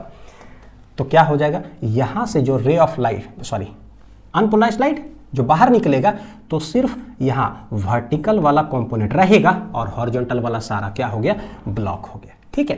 तो यहां पर सिर्फ समेशन ऑफ क्या हो जाएगा, ई वाई रहेगा, and all summation of E Z components क्या हो जाता है, तो बोले गेट्स एब्जॉर्ब्ड बाय पोलरॉइड। तो सोचो कि क्या हुआ, यहां पर ना सारे डायरेक्शंस में वाइब्रेट कर रहे थे, यहां पर रेस्ट्रिक्ट हमने कर दिया कि एक ही डायरेक्शन में वाइब्रेट करोगे, तो इस लाइट को हम कहेंगे क्या, ये पोलराइज्ड लाइट हो गया भाई। क्या हो गया ये हो गया पोलराइज्ड लाइट हो गया, है ना। तो समझ में आ गया कि अच्छा एक पोलरॉइड से जब अनपोलराइज्ड लाइट पास करता है तो होता क्या है। अच्छा अब सोचो यहां पर क्या है ना, इनफाइनाइट डायरेक्शंस में इलेक्ट्रिक फील्ड सब ऑसिलेट कर रहा था, सूरज भगवान से रोशनी डायरेक्ट आ रहा है, तो लेट इंटेंसिटी है भैया पूरा इंटेंसिटी, लेट कितना है, आई नॉट इंटेंसिटी है। तो करोड़ों को हमने रिजॉल्व किया 2 भाग में, वर्टिकल हॉरिजॉन्टल, यानी करोड़ है तो समझ लो कि 50 लाख हॉरिजॉन्टल में, 50 लाख वर्टिकल में। जब इस पोलरॉइड से पास करता है तो क्या हुआ, 50 लाख एब्जॉर्ब हो गया, तो बचा एग्जैक्ट 50 लाख। इसका मतलब हमें समझ में आ रहा है, अगर इसका इंटेंसिटी है, कितना इंटेंसिटी है इसका, मान लो अगर इसका इंटेंसिटी होगा आई नॉट, तो भैया 50 लाख, उसमें सिर्फ 50 लाख बचा, तो आधा हम कह सकते हैं एब्जॉर्ब हो गया। तो यहां पर जो इंटेंसिटी ऑफ लाइट होगा वो होगा कितना, जस्ट हाफ हो जाएगा। ये इसमें कोई फॉर्मूला लगाने की जरूरत नहीं है भाई, है ना। तो एक अनपोलराइज्ड लाइट अगर आ रहा हो तो सीधे इंटेंसिटी हो जाता है हाफ, सीधे इंटेंसिटी क्या हो जाता है, हाफ। तो एमर्जिंग लाइट जो होगा, emerging intensity of light will be half of the. तो इसी को हम लोग बोलते हैं, क्या बोलते हैं, देखो जरा, 1/2 रूल। क्या कहलाता है ये, 1/2 रूल। किसके लिए एप्लीकेबल होगा 1/2 रूल? जब अनपोलराइज्ड लाइट पास करेगा किसी पोलरॉइड से तो भैया जो भी इंटेंसिटी दिया हुआ रहेगा, जो भी, उसका हो जाएगा हाफ। केस 2 आते हैं जरा। अगर अनपोलराइज्ड लाइट ना आ रहा हो, पोलराइज्ड लाइट अगर आ रहा हो तब क्या होगा? अच्छा, polarized light. The case 2 when a polarized light, क्या होना चाहिए यहां? ए ना। तो when a polarized light passes through a polarizer, तब क्या होता है? तो बोलते हैं कि पहले से ही लाइट जो है ना रेस्ट्रिक्टेड है कि भाई किसी एक ही डायरेक्शन में क्या हो रहा होगा? वाइब्रेट हो रहा होगा, फिक्स है एक ही डायरेक्शन में यहां पर। तो ये लाइट कैसा है? पोलराइज्ड लाइट, पोलराइज्ड लाइट है ये, ठीक। तो इसका इंटेंसिटी मान लो कुछ ना कुछ होगा, है ना, कुछ भी। लेट इंटेंसिटी, चलो एम्पलीट्यूड ऑफ इलेक्ट्रिक फील्ड की बात करते हैं। लेट ये पोलराइज्ड है तो बोलते हैं कि मान लो इसका इलेक्ट्रिक फील्ड कितना है? ई है। अच्छा, ये आ रहा है और सामने क्या है? एक है मेरा पोलरॉइड रखा हुआ, क्या ये? पोलरॉइड। और ये है मेरा वाई एक्सिस। तो ध्यान से देखना, पोलरॉइड का जो है ना क्या किए हैं, ये मेरा वर्टिकल एक्सिस तो है, ठीक है, वाई एक्सिस है ये, लेकिन ये पोलरॉइड क्या ना वाई एक्सिस से थोड़ा सा मैंने रोटेट कर दिया है। क्या कर दिया? वाई एक्सिस से रोटेट कर दिया है ऐसे। कितना एंगल पर रोटेट कर दिया? थीटा एक्स, मतलब ये थीटा एंगल से हमने रोटेट कर दिया। यानी क्या बोल रहा हूं बच्चों, पहले से ही पोलराइज्ड लाइट आ रहा है। पोलराइज्ड लाइट का मतलब ही होता है कि भैया इंटेंसिटी पहले से क्या है? इसका कम है, ठीक है, आया और आ रहा है ऐसे, और सामने जो पोलरॉइड है उसका पास एक्सिस ऐसे नहीं है। अगर ऐसे ही पास एक्सिस होता तो सारे जो भी पोलराइज्ड लाइट आ रहे थे ना, ये वाला पूरे के पूरे पास कर जाते। लेकिन मैंने पोलरॉइड को क्या कर दिया? सर्कुलर है ना, ऐसे थोड़ा सा रोटेट कर दिया, थीटा एंगल ऐसे कर दिया। तो सोच करके देखो, फिजिक्स पढ़ा हुआ है हम लोग को। अगर इलेक्ट्रिक फील्ड आ रहा है ऐसे, इसका मैग्नीट्यूड है ई और थीटा एंगल पर पास एक्सिस बना हुआ है, तो मैं बोलूंगा कि कौन से कंपोनेंट ऑफ इलेक्ट्रिक फील्ड पास करेगा? पास तो ये वाला एक्सिस है, तो बोले ये है ई, थीटा एंगल है। तो पता है कि जिधर थीटा सटा हुआ होता है उधर क्या आता है? Cos theta. यानी हमें पता है कि भाई ये है इलेक्ट्रिक फील्ड ई, तो इधर कौन सा कंपोनेंट जो है ना निकल कर आएगा? तो बोलेंगे क्या हो जाएगा? अगर बच्चों सोचो ये है ई, तो इधर क्या हो जाना चाहिए? ई कॉस थीटा हो जाएगा। होगा कि नहीं होगा इसका कंपोनेंट इस डायरेक्शन में? यानी कि इस पोलरॉइड से जब लाइट पास करके आएगा, इस पोलरॉइड से जब लाइट पास करके आएगा ना, तो पता है ये है मेरा वर्टिकल कंपोनेंट। वर्टिकल कंपोनेंट से ये वाला जो होगा ना, कौन होगा? ई कॉस थीटा। ये क्या होगा? पास करके आएगा बाहर। तो ये अगर मैं बोलता हूं, ये जो है मेरा क्या है? इंसिडेंट लाइट है, इंसिडेंट लाइट है, तो ये मेरा क्या हो जाएगा? एमर्जेंट लाइट, एमर्जेंट लाइट, है ना, क्योंकि थीटा से रोटेटेड था तो ई कॉस थीटा एक्चुअली क्या आएगा? बाहर आएगा। तो अभी हमने देखा था क्या कि इंटेंसिटी जो होता है ना, इंटेंसिटी ऑफ लाइट, वो क्या था? Directly proportional to electric field का जो एम्पलीट्यूड होता है ना, उसका होल स्क्वायर के प्रोपोर्शनल होता है, ठीक है। तो बोलेंगे कि भाई इंसिडेंट लाइट जो है, इंसिडेंट, वो डायरेक्टली प्रोपोर्शनल टू क्या है? तो बोले कि कितना एम्पलीट्यूड है, देख लो जरा इलेक्ट्रिक फील्ड का, या जो भी मैग्नीट्यूड कितना ई, तो इंसिडेंट लाइट का जो इंटेंसिटी हो जाएगा directly proportional to E square. लेकिन भैया जो बाहर निकला है ना, वो ई नहीं है, ई कॉस थीटा है। तो बोलेंगे अच्छा, तो एमर्जेंट वाला जो इंटेंसिटी होगा लाइट का, वो will be directly proportional to क्या बोल देंगे? ई कॉस थीटा का होल स्क्वायर है ये, है ना, directly proportional to amplitude of the electric field के होल स्क्वायर। यहां पर अगर मान लो शॉर्ट में अगर बोलता हूं बच्चों, ई इंसिडेंट, कोई कांस्टेंट लगाते हैं, के ई स्क्वायर हो जाएगा इक्वेशन 1। तो यहां पर आई जो एमर्ज वाला जो होगा, ये क्या हो जाएगा? कोई कांस्टेंट इनटू, देखो क्या हो जाएगा? स्क्वायर कर दो, E square cos square theta, है ना। तो के ई स्क्वायर के जगह पे क्या लिख देंगे? इंसिडेंट। तो के ई स्क्वायर के जगह पे क्या आ जाएगा? आई इंसिडेंट आ जाएगा, है ना। ये देखो इतना आई इंटू क्या हो जाएगा? Cos square theta. तो ये हो गया आई एमर्ज। कॉन्सेप्ट क्लियर रखो, फॉर्मूलाज का टेंशन ही नहीं। यानी कि जो भी इंसिडेंट लाइट होगा किसी पोलरॉइड पर, क्या मैं बोला? जो भी इंसिडेंट होगा लाइट किसी पोलरॉइड पर, अगर पोलराइज्ड लाइट इंसिडेंट हो रहा है तो भैया एमर्ज क्या करता है? इंसिडेंट वाला लाइट का इंटेंसिटी लिखो इनटू कॉस स्क्वायर थीटा। और ये थीटा क्या है कि भाई लाइट जिस एक्सिस से था वहां से कितना आपने जो है ना पोलरॉइड को रोटेट किया है, थीटा कितना रोटेट किया था, अमाउंट ऑफ द रोटेशन। तो यही हो जाता है मेरे लिए। और देखो ये रूल कहलाएगा क्या? ये क्या है? Cosine squared rule. यानी कि कॉस थीटा का होल स्क्वायर किया हुआ। यही रूल मेरे लिए कहला जाता है क्या, cosine squared rule. Cosine squared rule, ये हो गया। तो बस खत्म।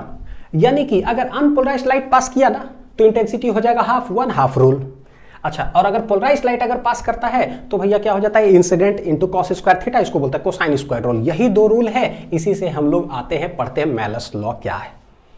तो मेलस लॉ एक साइंटिस्ट हैं, उनका नाम है E.N. मेलस। 1809 में उन्होंने ये लॉ दिया, और जो लॉ दिया ऑलरेडी हम लोग सीख चुके हैं। क्या वो लॉ दिए, यहां पर मैं डायग्राम बनाता हूं, ठीक, उसके बाद फिर इसको देखें।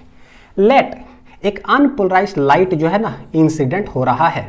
कैसा लाइट, अनपोलराइज्ड लाइट। तो अनपोलराइज्ड लाइट ऐसे हम लोग बनाते हैं, है ना, summation of EY summation of EZ।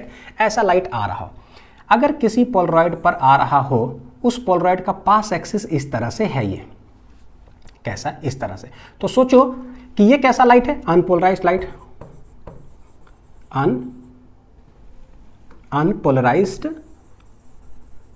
Unpolarised light है ये, ठीक है। तो लेट इसका इंटेंसिटी कितना है, I0।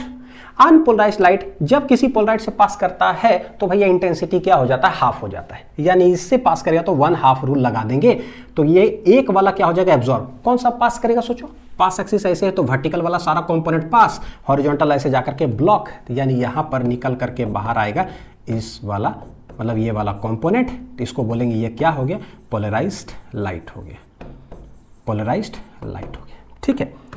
ये जो हम लोग लगाते हैं इसको बोलते हैं पोलराइजर, कि एक पोलराइजर हमने लगाया जो लाइट को देखो क्या कर दिया, पोलराइज कर दिया बेसिकली। तो अगर ये इसका इंटेंसिटी I0 है तो इसका इंटेंसिटी हो जाएगा I0/2। इसी को बोलते हैं लगा एक्चुअली क्या, तो यहां पर लगा है 1/2 रूल। कौन सा रूल लग जाता है, 1/2 रूल लग जाता है, लग गया।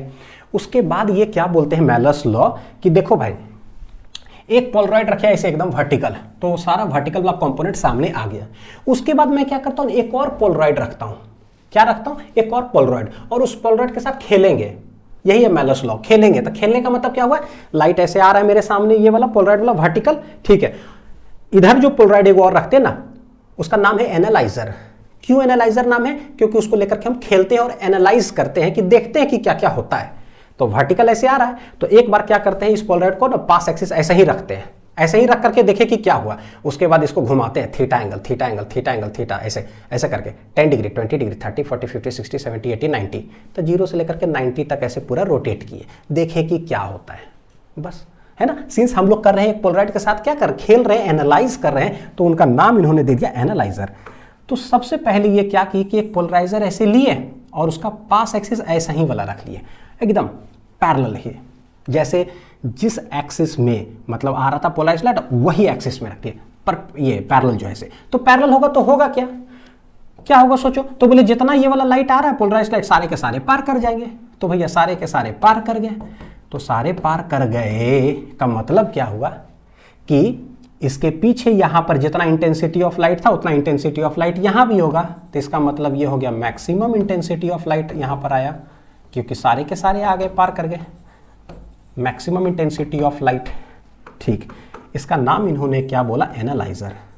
व्हाट इज एनालाइजर, भैया it is a polaroid. Polarizer क्या होता है, इट इज ए पोलरॉइड। बस इसको खेलते हैं लेकर के एनालाइज कर रहे हैं, इसलिए एनालाइजर नाम पड़ा। अच्छा, दूसरा एक्सपेरिमेंट इसी के ठीक नीचे, अनपोलराइज्ड लाइट है। अब देखो लिखने का जरूरत नहीं पड़ेगा ना, सिर्फ डायग्राम बनाओगे समझ जाओगे। अनपोलराइज्ड लाइट है, जैसा ही ये पोलराइड पर आया उसका पास एक्सिस इस तरह से है, तो होगा क्या, ये वर्टिकल जो कंपोनेंट है सारे के सारे क्या कर जाएंगे, पार कर जाएंगे, पार कर गए। हॉरिजॉन्टल वाला क्या हो जाएगा, ब्लॉक हो जाएगा। अब इसको क्या किए, वो रोटेट करना चालू किए। तो रोटेट करते करते करते ये जो ऐसे था ना एकदम 90 डिग्री कर दिए। तो जैसे ही 90 डिग्री कर दिए तो क्या हुआ, एग्जैक्ट 90 डिग्री, ऐसे ऐसे। कितना डिग्री है, तो बोले हॉरिजॉन्टल के साथ ना 90 डिग्री, मतलब यहां से यहां के बीच में 90 डिग्री समझ लो। ये वर्टिकल और एकदम ऐसे रख दिए। तब क्या हुआ होगा सोच लो। बोले कि भाई पैरेलल वाला ना ऐसे ऐसे ऐसे वाला कंपोनेंट सारे आ रहा था पोलराइज्ड लाइट, और मैंने क्या रोटेट करके एग्जैक्ट 90 डिग्री कर दिया, तो क्या होगा भाई, कुछ भी नहीं आएगा, है ना। सारे के सारे क्या हो गए, ब्लॉक हो गए, यानी कि कुछ भी नहीं आया। तो यहां पर नो लाइट, कुछ आया ही नहीं। तो एक समय क्या होता है, पूरा का पूरा maximum intensity of light obtain हुआ, और एक बार क्या हुआ, नो लाइट ऑब्टेन हुआ, है ना। अब ये चीज ये एक्सपेरिमेंट किए, इसी में ये एक रूल दे दिए, ठीक है, एक लॉ दे दिए, और वो लॉ हम लोग को आता है, क्या आता है वो देख लेते हैं जरा। देखो, एक पोलराइड से पास करता है, इंटेंसिटी हो जाता है हाफ, दूसरे से पास करता है तो हम लोग देखते हैं कि भैया इन दोनों के बीच में, क्योंकि ये पोलराइज्ड लाइट है, तो यहां पर लगेगा क्या, cosine squared rule. Cosine squared rule लगता है कि जो बाहर लाइट एमर्ज कर रहा है वो होगा कितना, जो भी इंसिडेंट है इंटू कॉस स्क्वायर क्या हो जाता है, थीटा, कि जो सामने लाइट आ रहा है उसे कितना एंगल पर ये रोटेटेड है। तो भैया जो सामने देखो वर्टिकल, ये भी वर्टिकल, तो थीटा दोनों के बीच कितना हो गया, 0 डिग्री, है ना। तो ये इंसिडेंट कितना है, देखो I0/2, इंसिडेंट कितना है I0/2, और इन दोनों के बीच थीटा कितना है, 0 डिग्री, तो कॉस स्क्वायर 0, कॉस स्क्वायर 0 होगा 1, यानी इंटेंसिटी बाहर जो आया कितना आ गया, I0/2, ठीक है। और अगर मान लो कुछ थीटा रोटेट किए, करते करते करते थीटा हम 90 डिग्री ही कर दिए, तब क्या होगा, तो बोले हमें पता है, देखो यहाँ इंटेंसिटी है कितना I0, यहाँ इंटेंसिटी कितना I0, एक से पास करता है भैया 1/2 रूल, हाफ हो जाता है, उसके बाद ये पोलराइज लाइट है तो यहाँ पर लगेगा कोसाइन स्क्वायर रूल, तो बाहर जो लाइट एमर्ज होगा वो कितना होता है, तो बोले जो इंसिडेंट होता है इंटू कॉस स्क्वायर थीटा। देख लो इंसिडेंट है कितना इस पर, पोलराइज्ड वाला I0/2, और इससे दोनों के बीच एंगल कितना है, 90 डिग्री। तो अगर यहाँ पर रखेंगे कॉस स्क्वायर 90, कॉस 90 हो जाता है 0, यानी कि हो गया स्वाहा। तो हमें पता चल गया कि भाई ऐसे भी लाइट क्या है वहां नहीं आना चाहिए, तो सच में नहीं आया जब उधर से देखे तो। अब मान लो कि 0 पर एनालिसिस समझ में आया, मैक्सिमम लाइट हुआ, 90 डिग्री किया तो कुछ भी नहीं आया, तो अगर मान लो थीटा पर रखे होंगे तो थीटा पर रखे होंगे तो भाई कॉस स्क्वायर थीटा आया होगा, खत्म। तो यही कहला गया क्या, यही कहला गया मेलस लॉ, कि इट स्टेट्स दैट क्या है कि intensity of polarized light transmitted through the analyser, ध्यान से देखना एक एक line, intensity of polarized light transmitted through the analyser, analyser से जो पोलराइज्ड लाइट ट्रांसमिट होता है, पोलराइज्ड लाइट ट्रांसमिट होता है, ठीक है, वेरीज एज द क्या, square of the cosine of the angle. कैसे वेरी करता है, लाइट जो बाहर आता है वेरीज एज कोसाइन, मतलब स्क्वायर ऑफ द कोसाइन जो भी, ठीक है, तो cosine of the angle between the plane of transmission of analyser and plane of the polarizer. किसके किसके बीच का एंगल है ये एंगल, तो बोले ये देखो एनालाइजर का ये है और पोलराइजर का बोल रहा है, तो भैया पोलराइजर तो पता है कि जो भी है इसका ट्रांसमिशन एक्सिस होगा तो वही एक्सिस में तो ये लाइट बाहर सामने आएगा। तो चाहे बोलो कि इसके एक्सिस और ये वाला लाइट के बीच का एंगल, या फिर बोलो इसके एक्सिस और इसके एक्सिस के बीच का एंगल, फर्क क्या पड़ता है, क्योंकि पता है कि जो इसका एक्सिस होगा ना वही एक्सिस में तो लाइट यहां पर सामने आएगा। तो अगर मान लो इन दोनों के बीच बोल दो, देखो इन दोनों के बीच बोल दो कि थीटा इक्वल टू 0 डिग्री है, या इन दोनों के बीच बोल दो थीटा इक्वल टू 0 डिग्री है, कोई दिक्कत नहीं, ठीक है। तो या तो बोलो कि angle between the pass axis of the polariser and analyser, ये angle between the transmission axis of polariser and analyser वही है। तो this is called Malus law. अब इस पर बनाते हैं हम लोग सवाल। अच्छा, हाँ ये एप्लीकेशन, वाह, अब देखो कितना बढ़िया समझ में आएगा। एरोप्लेन में ना हम अंदर बैठे हुए हैं, बाहर लेट आउटसाइड में एरोप्लेन में हम अंदर बैठे हुए, ठीक, और बाहर जो इंटेंसिटी ऑफ लाइट क्या वो सूर्य भगवान से डायरेक्ट आ रहा है, अनपोलराइज्ड लाइट है, इंटेंसिटी कितना I0। अब यहां पर क्या होता है, इस विंडो पेन्स में ना 2 पोलराइड्स लगे हुए हैं, एक तो उस साइड एकदम, तो पहला वो कहला गया पोलराइड, और उसके ठीक बगल में लगा हुआ है एनालाइजर, और वो एनालाइजर यहां पर जो इंटरनेशनल फ्लाइट्स में लगा होता है ना, तो ये जो एनालाइजर जो एक और पोलराइड है वो करता है रोटेट। कब रोटेट करेगा, जब हम यहां पर प्लस प्लस प्लस ऐसे दबाते हैं, तब अपने आप समझ में आएगा।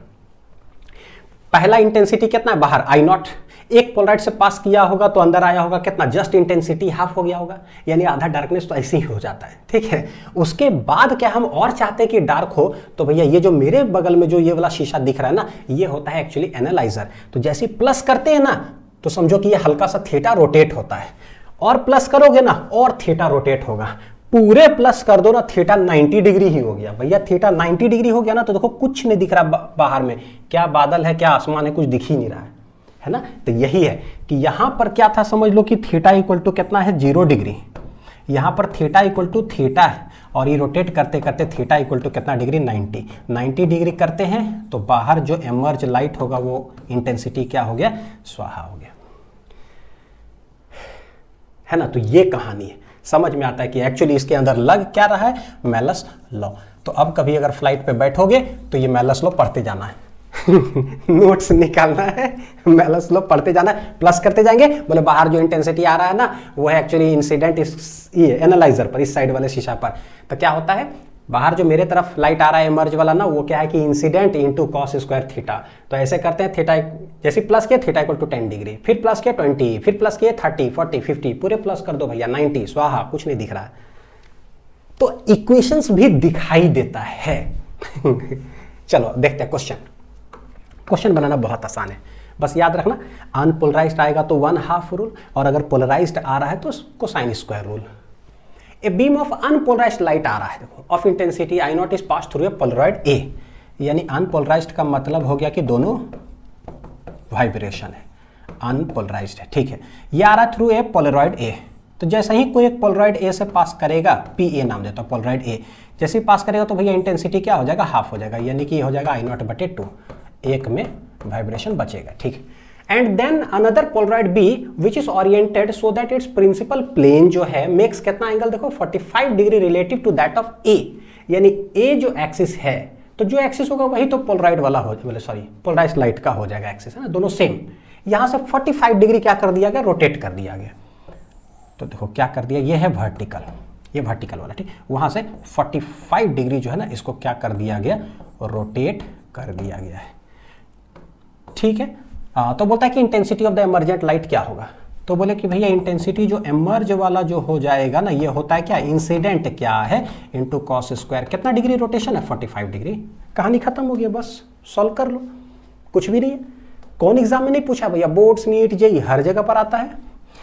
तो इंसिडेंट कितना है, देखो I0/2 कॉस 45 कितना होता है, 1/√2, तो उसका होल स्क्वायर, तो ये हो जाएगा I0/2 और ये 1/2, यानी कि I0/4, I0/4 आंसर आ जाएगा। कहाँ है भाई, option number A.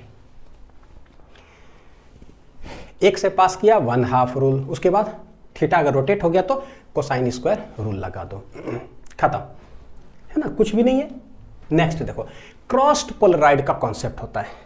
Crossed Polaroid का मतलब क्या होता है ना, कि दो पोलराइड रखा हुआ हो, पोलराइड P1 पोलराइड P2, ये दोनों परपेंडिकुलर में अगर रखा हुआ हो, परपेंडिकुलर डायरेक्शन में, तो इसको हम लोग बोलते हैं क्रॉस्ड पोलराइड है, परपेंडिकुलर। अच्छा देखना, when a polaroid sheet is rotated between two crossed polaroids, यानी कि पहले से दो क्रॉस्ड पोलराइड है, तो एक पोलराइड यहां पर मान लो P1, दूसरा मान लो कि यहां थोड़ा डिस्टेंस में P2, तो एक P1 एक P2, तो ठीक है थोड़ा दूर भी रखे हुए हैं, तो लेकिन दोनों के बीच में एंगल कितना है, 90 डिग्री। अब एक पोलराइड शीट रखता है इन दोनों के बीच में, इन दोनों के बीच में, तो ऐसे जिधर से आप उधर से वीडियो देख रहे हो ना, तो एक ऐसे समझ लो, एक ऐसे समझ लो, बीच में एक पोलराइड रखेंगे और उसको रोटेट करता है। हाँ, when a polarized sheet is rotated between two crossed polarides, then the transmitted light intensity will be maximum for a कितना रोटेशन। बीच में अगर एक पोलराइड रखेंगे तो कितना रोटेट करेंगे सच दैट मैक्सिमम इंटेंसिटी ये होगा।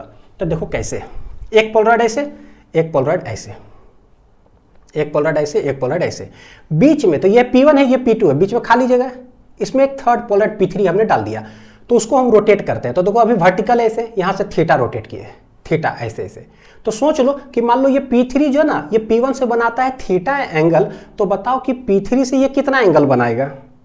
जिस समय यहां से थीटा बना रहा होगा तो यहां से कितना बना रहा होगा, 90 माइनस थीटा दिख रहा है, क्योंकि इन दोनों के बीच क्या, क्रॉस्ड पोलराइड का मतलब होता है कि टोटल एंगल कितना है, 90 डिग्री, है ना। तो यही है, तो बोलता है कितना रोटेशन पर मैक्सिमम होगा, हमें नहीं पता। तब बोलते हैं कि कैसे इसको डायरेक्ट हम लोग बना सकते हैं। देखो समझ लो कि ये पोलराइड P1 है, ये पोलराइड P2 है, थर्ड पोलराइड ना इन दोनों के बीच में हम रखते हैं इस तरह से, सच दैट कितना एंगल है, लेट इट बी थीटा। तो P1 से P3, फिर P3 से ये कितना हो जाएगा, 90 माइनस थीटा हो जाएगा ये, यानी कि कैसा इंटेंसिटी ये बोला ही नहीं। तो जब नहीं बोला तो हम लोग क्या ले लेंगे, लेट इंटेंसिटी I0 है, क्या है इंटेंसिटी, I0 है, अनपोलराइज्ड लाइट। तो ये अनपोलराइज्ड लाइट ले लो जिसका इंटेंसिटी I0 है, एक पोलराइड है कितना, P1, तो यहां पर हमने ऐसा रखा, तो पहला से तो हाफ रूल क्या हो जाएगा, हाफ रूल तो यहाँ पर हो जाएगा कितना इंटेंसिटी, आई नॉट बटे 2। और पोलराइड P2 जो है ना, पोलराइड P2 है यहाँ थोड़ा दूर में, पोलराइड P2 है दूर में, और ये कैसे रखा हुआ है 90 डिग्री पर, ऐसे इस तरह से पोलराइड P2। इन दोनों के बीच का एंगल कितना है 90 डिग्री, 90 डिग्री, दोनों क्रॉस पोलराइड है। इसके बीच में थर्ड पोलराइड डाले हैं और वो कितना एंगल पर, लेट थीटा एंगल पर हमने रोटेट कर दिया, तो ऐसे है। तो बोलते हैं कि देखो ये है मेरा वर्टिकल एक्सिस, ये वर्टिकल, ये था P1, क्या था ये P1 से लेट थीटा हमने रोटेट कर दिया, कितना रोटेट कर दिया थीटा। तो भैया अगर थीटा रोटेट किए हैं, ये हो गया मेरा पोलराइड P2, तो P2 से P3, सॉरी बच्चों फिर से, ये पोलराइड P1 है, ये पोलराइड P2 है, जो मैंने बोला है ना, P1 P2 दोनों क्रॉस्ड है। थर्ड बीच में लाते हैं वो है पोलराइड P3। तो हम लोग कैसे देखेंगे भैया, पहले बाहर जो है इंटेंसिटी I नॉट है, पहला वाला पोलराइड P1 से पास करके आता है क्या, फिर वो आएगा P3 से पास करेगा तो क्या, और फाइनली P2 से पार करेगा, यही होगा। क्योंकि P3 जो है किधर रखा हुआ, बीच में, तो P3 हमने रख दिया बीच में। तो इन दोनों के बीच का एंगल कितना है, तो बोले कि देखो P1 से P3 के बीच में एंगल कितना है, थीटा। तो बोलते इन दोनों के बीच का एंगल है थीटा, ठीक। यहां से यहां के बीच का एंगल कितना होगा, तो बोले भैया P3 और P2 के बीच का एंगल कितना हो जाएगा, 90 माइनस थीटा हो जाएगा। क्यों, क्योंकि यहां से यहां के बीच में था कितना एंगल 90 डिग्री, इसलिए ऐसा है। तो बस देख लो जरा, ये अनपोलराइज्ड है, 1/2 रूल लग गया। उसके बाद क्या है भाई, उसके बाद ये पोलराइज्ड लाइट आ रहा है, तो यहां पर कोसाइन स्क्वायर लगेगा, यहां कोसाइन स्क्वायर लगते चला जाएगा, कहानी खत्म, बनाते चले जाओ। तो मान लो यहां इंटेंसिटी I नॉट है, यहां हो गया I1, कि पहला पोलराइड से पास किया तो I1, उसके बाद पास किया तो मान लो I2, उसके बाद पास किया तो क्या हो गया I3। तो एक एक करके लिखते जाते हैं, देखो कैसे होगा, बहुत आसान है। I2 बोलोगे क्या होगा, I2 क्या हो जाएगा, तो ये पोलराइज्ड लाइट है ना, कोसाइन स्क्वायर लगा दो, तो इसके पहले जो इंसिडेंट वाला है इनटू कॉस स्क्वायर कितना हो जाएगा थीटा, इन दोनों के बीच का एंगल कितना है थीटा,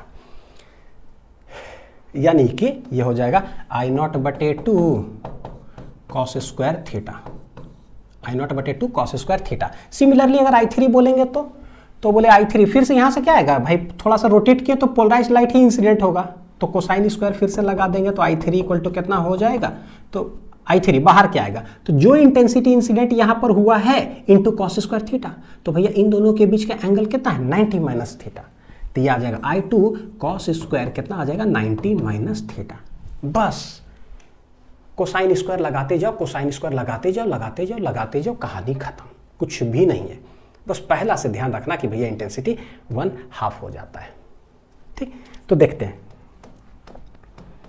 तो इसको लिखोगे क्या, I2 क्या है, I2 है ये I नॉट बटे 2 कॉस स्क्वायर थीटा, और कॉस स्क्वायर 90 माइनस थीटा, तो कॉस 90 माइनस थीटा क्या होता है साइन थीटा, उसका होल स्क्वायर, तो ये क्या बन जाएगा मेरा साइन स्क्वायर थीटा हो गया, है ना, cos 90 minus theta sine theta, उसका होल स्क्वायर, तो ये। तो देखो जरा सेटिंग वेटिंग करके देखते हैं, I नॉट बटे 2, ये आ रहा है साइन स्क्वायर थीटा, ये आ रहा है कितना कॉस स्क्वायर थीटा। हमें निकालना है कि इंटेंसिटी ऑफ द जो लाइट सबसे बाहर आए ना, ट्रांसमिटेड लाइट इंटेंसिटी, वो मैक्सिमम हो जाए, यानी ये हो जाए मैक्सिमम। तो भैया ये मैक्सिमम होगा, इसका मतलब ये सारी चीज मैक्सिमम हो जाना चाहिए। तो बताओ कि कैसे, तो हम लोग क्या करते हैं, यहाँ ट्रिग्नोमेट्री का सहारा लेते हैं। ये जो दो एंगल है ना, sine square theta cos square theta, इसको एक एंगल में कन्वर्ट करने की कोशिश करो। कैसे कन्वर्ट करेंगे, तो बोले हम लोग जानते हैं, देखो क्या साइन 2 थीटा होता है, 2 साइन थीटा कॉस ऑफ क्या हो जाता है थीटा। मेरे पास क्या है भाई, sine square theta cos square theta है। कैसे सेटिंग करें, यहाँ कैसे सेटिंग करें, तो बोले कि अगर इधर का होल स्क्वायर करोगे तो इधर का भी होल स्क्वायर कर दो, ठीक है। तो मान लो sine square 2 theta whole square कर दिए, तो भैया इधर का भी होल स्क्वायर करोगे तो क्या हो जाएगा 4 sine square theta cos square theta हो जाएगा, कहने का मतलब है ना। यानी कि जो दो एंगल है ना, उसको एक सिंगल एंगल में कन्वर्ट करो, है ना। तो कैसे होगा, तो बोले कि ये जो साइन स्क्वायर कॉस स्क्वायर वहां पर 4 मल्टीप्लाई कर दो, तो इसको पूरा हटा करके हम ये लिख सकते हैं। तो बोले ठीक है, तो अपने से 4 मल्टीप्लाई 4 डिवाइड, तो करो भाई, I नॉट बटे 2, देखो 4 मल्टीप्लाई 4 डिवाइड, तो ये हो गया sine square theta cos square क्या हो जाएगा थीटा। तो ये पूरा टर्म को हम लोग लिख क्या सकते हैं, साइन स्क्वायर 2 थीटा, क्या लिखेंगे साइन स्क्वायर 2 थीटा। तो ये मेरा आ जाएगा कितना I नॉट बटे 8, और ये पूरा बन जाएगा साइन 2 थीटा का कहने का मतलब होल स्क्वायर। दिस इज क्या है I3। हमें चाहिए कि भैया ये होना चाहिए मैक्सिमम, यानी I3 हो मैक्सिमम। तो उसके लिए क्या होगा, तो ये I0/8 है, ठीक है। साइन 2 थीटा का जो होल स्क्वायर है ना, ये कैसा होना चाहिए, मैक्सिमम हो जाना चाहिए, तभी तो होगा। ये मैक्सिमम कब होगा, जब ये मैक्सिमम हो जाए। और ये मैक्सिमम होता क्या है, यानी साइन 2 थीटा मैक्सिमम हो, कितना पर होगा, तो साइन 2 थीटा का मैक्सिमम वैल्यू क्या होगा, 1। तो बताओ कि थीटा बराबर क्या। तो यही सवाल जो है ना तो को पूछा था। तो इसका मतलब हो गया कि साइन 2 थीटा जो है वो क्या हो जाना चाहिए, बेसिकली मैक्सिमम। मैक्सिमम का मतलब होता है 1, क्योंकि साइन 2 थीटा का या साइन कोई भी एंगल उसका मैक्सिमम वैल्यू 1 होगा। 1 मतलब साइन 90 डिग्री। तो साइन साइन गया, 2 थीटा इक्वल टू 90 डिग्री, तो यानी कि थीटा इक्वल टू कितना आ रहा है, 45 डिग्री हो जाएगा। देखो थीटा इक्वल टू 45 डिग्री, ठीक है। बहुत अच्छा प्यारा सा सवाल है, क्रॉस्ड पोलराइड पे। ये भी सब जगह पे पूछा हुआ है, सब जगह पे आया है, हाईलाइटेड है। तो कितना हो गया, 45 डिग्री हो गया।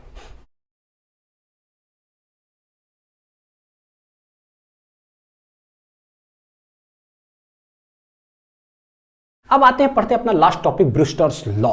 ये क्या है, ये है पोलराइजेशन बाय रिफ्लेक्शन। आते हैं हमारे सर डेविड ब्रूस्टर 1812 ईस्वी में। बोलते हैं कि देखो पोलराइड पोलराइड पोलराइड तो चलो ठीक है ना, मैं एक अलग तरीका बताता हूं कि जब सनलाइट डायरेक्ट अनपोलराइज्ड लाइट पानी के सरफेस पर फॉल करता है, या फिर चाहे शीशा पर फॉल करे, है ना, कोई भी ट्रांसपेरेंट मीडियम पर जैसे फॉल किया, तो हमें पता है कि भाई रे ऑफ लाइट पढ़ चुके बेटा कि क्या होता है, जब एक ट्रांसपेरेंट मीडियम से दूसरे ट्रांसपेरेंट मीडियम जाता है तो होता क्या, लाइट रिफ्रैक्ट कर जाता है इनटू द वो मीडियम जो भी है। तो रे ऑफ लाइट जैसे आएगा तो रिफ्रैक्ट कर जाएगा। लेकिन सिंस ट्रांसपेरेंट सरफेस है, चाहे पानी ले लो चाहे शीशा, कुछ लाइट तो रिफ्लेक्ट भी होगा, यानी कि कुछ रिफ्लेक्ट भी होगा, कुछ रिफ्रैक्ट भी होगा। ये बोले क्या, कोई पोलराइड वगैरह लगाने की जरूरत नहीं है, बस मैं एक ऐसा एंगल बता दूंगा, अगर उस एंगल पर अगर इंसिडेंट हो गया ना, वो इंसिडेंट रे ऑफ लाइट जो है, बस बस बस ये रिफ्लेक्टेड लाइट जो होता है वो पोलराइज हो जाएगा, कंप्लीटली पोलराइज हो जाएगा। बोले वाह, ये अच्छी बात है यार, कंप्लीटली पोलराइज हो गया मतलब इंटेंसिटी हाफ हो जाएगा, यानी मेरे काम का चीज हो गया। तो देखो कैसे है, सबसे पहले लिखते हैं, क्या पता है, at any angle of incidence. क्या लिखते हैं हम लोग, at any angle of incidence. तो किसी भी एंगल ऑफ इंसिडेंस की बात करें तो क्या होगा कहानी, वो देखो जरा, ठीक है। ये है कोई मीडियम, क्या है ये, मीडियम, और ये है मान लो कि एयर। मीडियम में जैसे कि उसको बोल सकते हो ग्लास और वाटर, कुछ भी बोल सकते हैं, ट्रांसपेरेंट कोई मीडियम है, ठीक है। इसमें एक रे ऑफ लाइट ऐसे आ रहा है, तो ये कैसा लाइट आ रहा है, अनपोलराइज्ड लाइट। तो अगर अनपोलराइज्ड लाइट अगर है तो समझो इसमें दोनों वाइब्रेशन होगा, है ना। कितने हैं टोटल, ये करोड़ों, करोड़ों को रिजॉल्व है इनटू 2। तो ये वाला जो कंपोनेंट दिख रहा है ना, इसको हम लोग क्या बोलेंगे, तो बोले कि ये जो मेरा बोर्ड है ना, या बोलो पेपर है या पेज है, तो ये वाला कंपोनेंट को बोलेंगे पैरेलल टू द पेज, और ये जो डॉट वाला है इसको बोलेंगे परपेंडिकुलर टू द पेज। क्या बोलेंगे इसको, इसका जो नाम है ना, ये है component of electric field, component of electric field parallel to the page, parallel to the page, ठीक। और इसको जो है, इसको बोल देंगे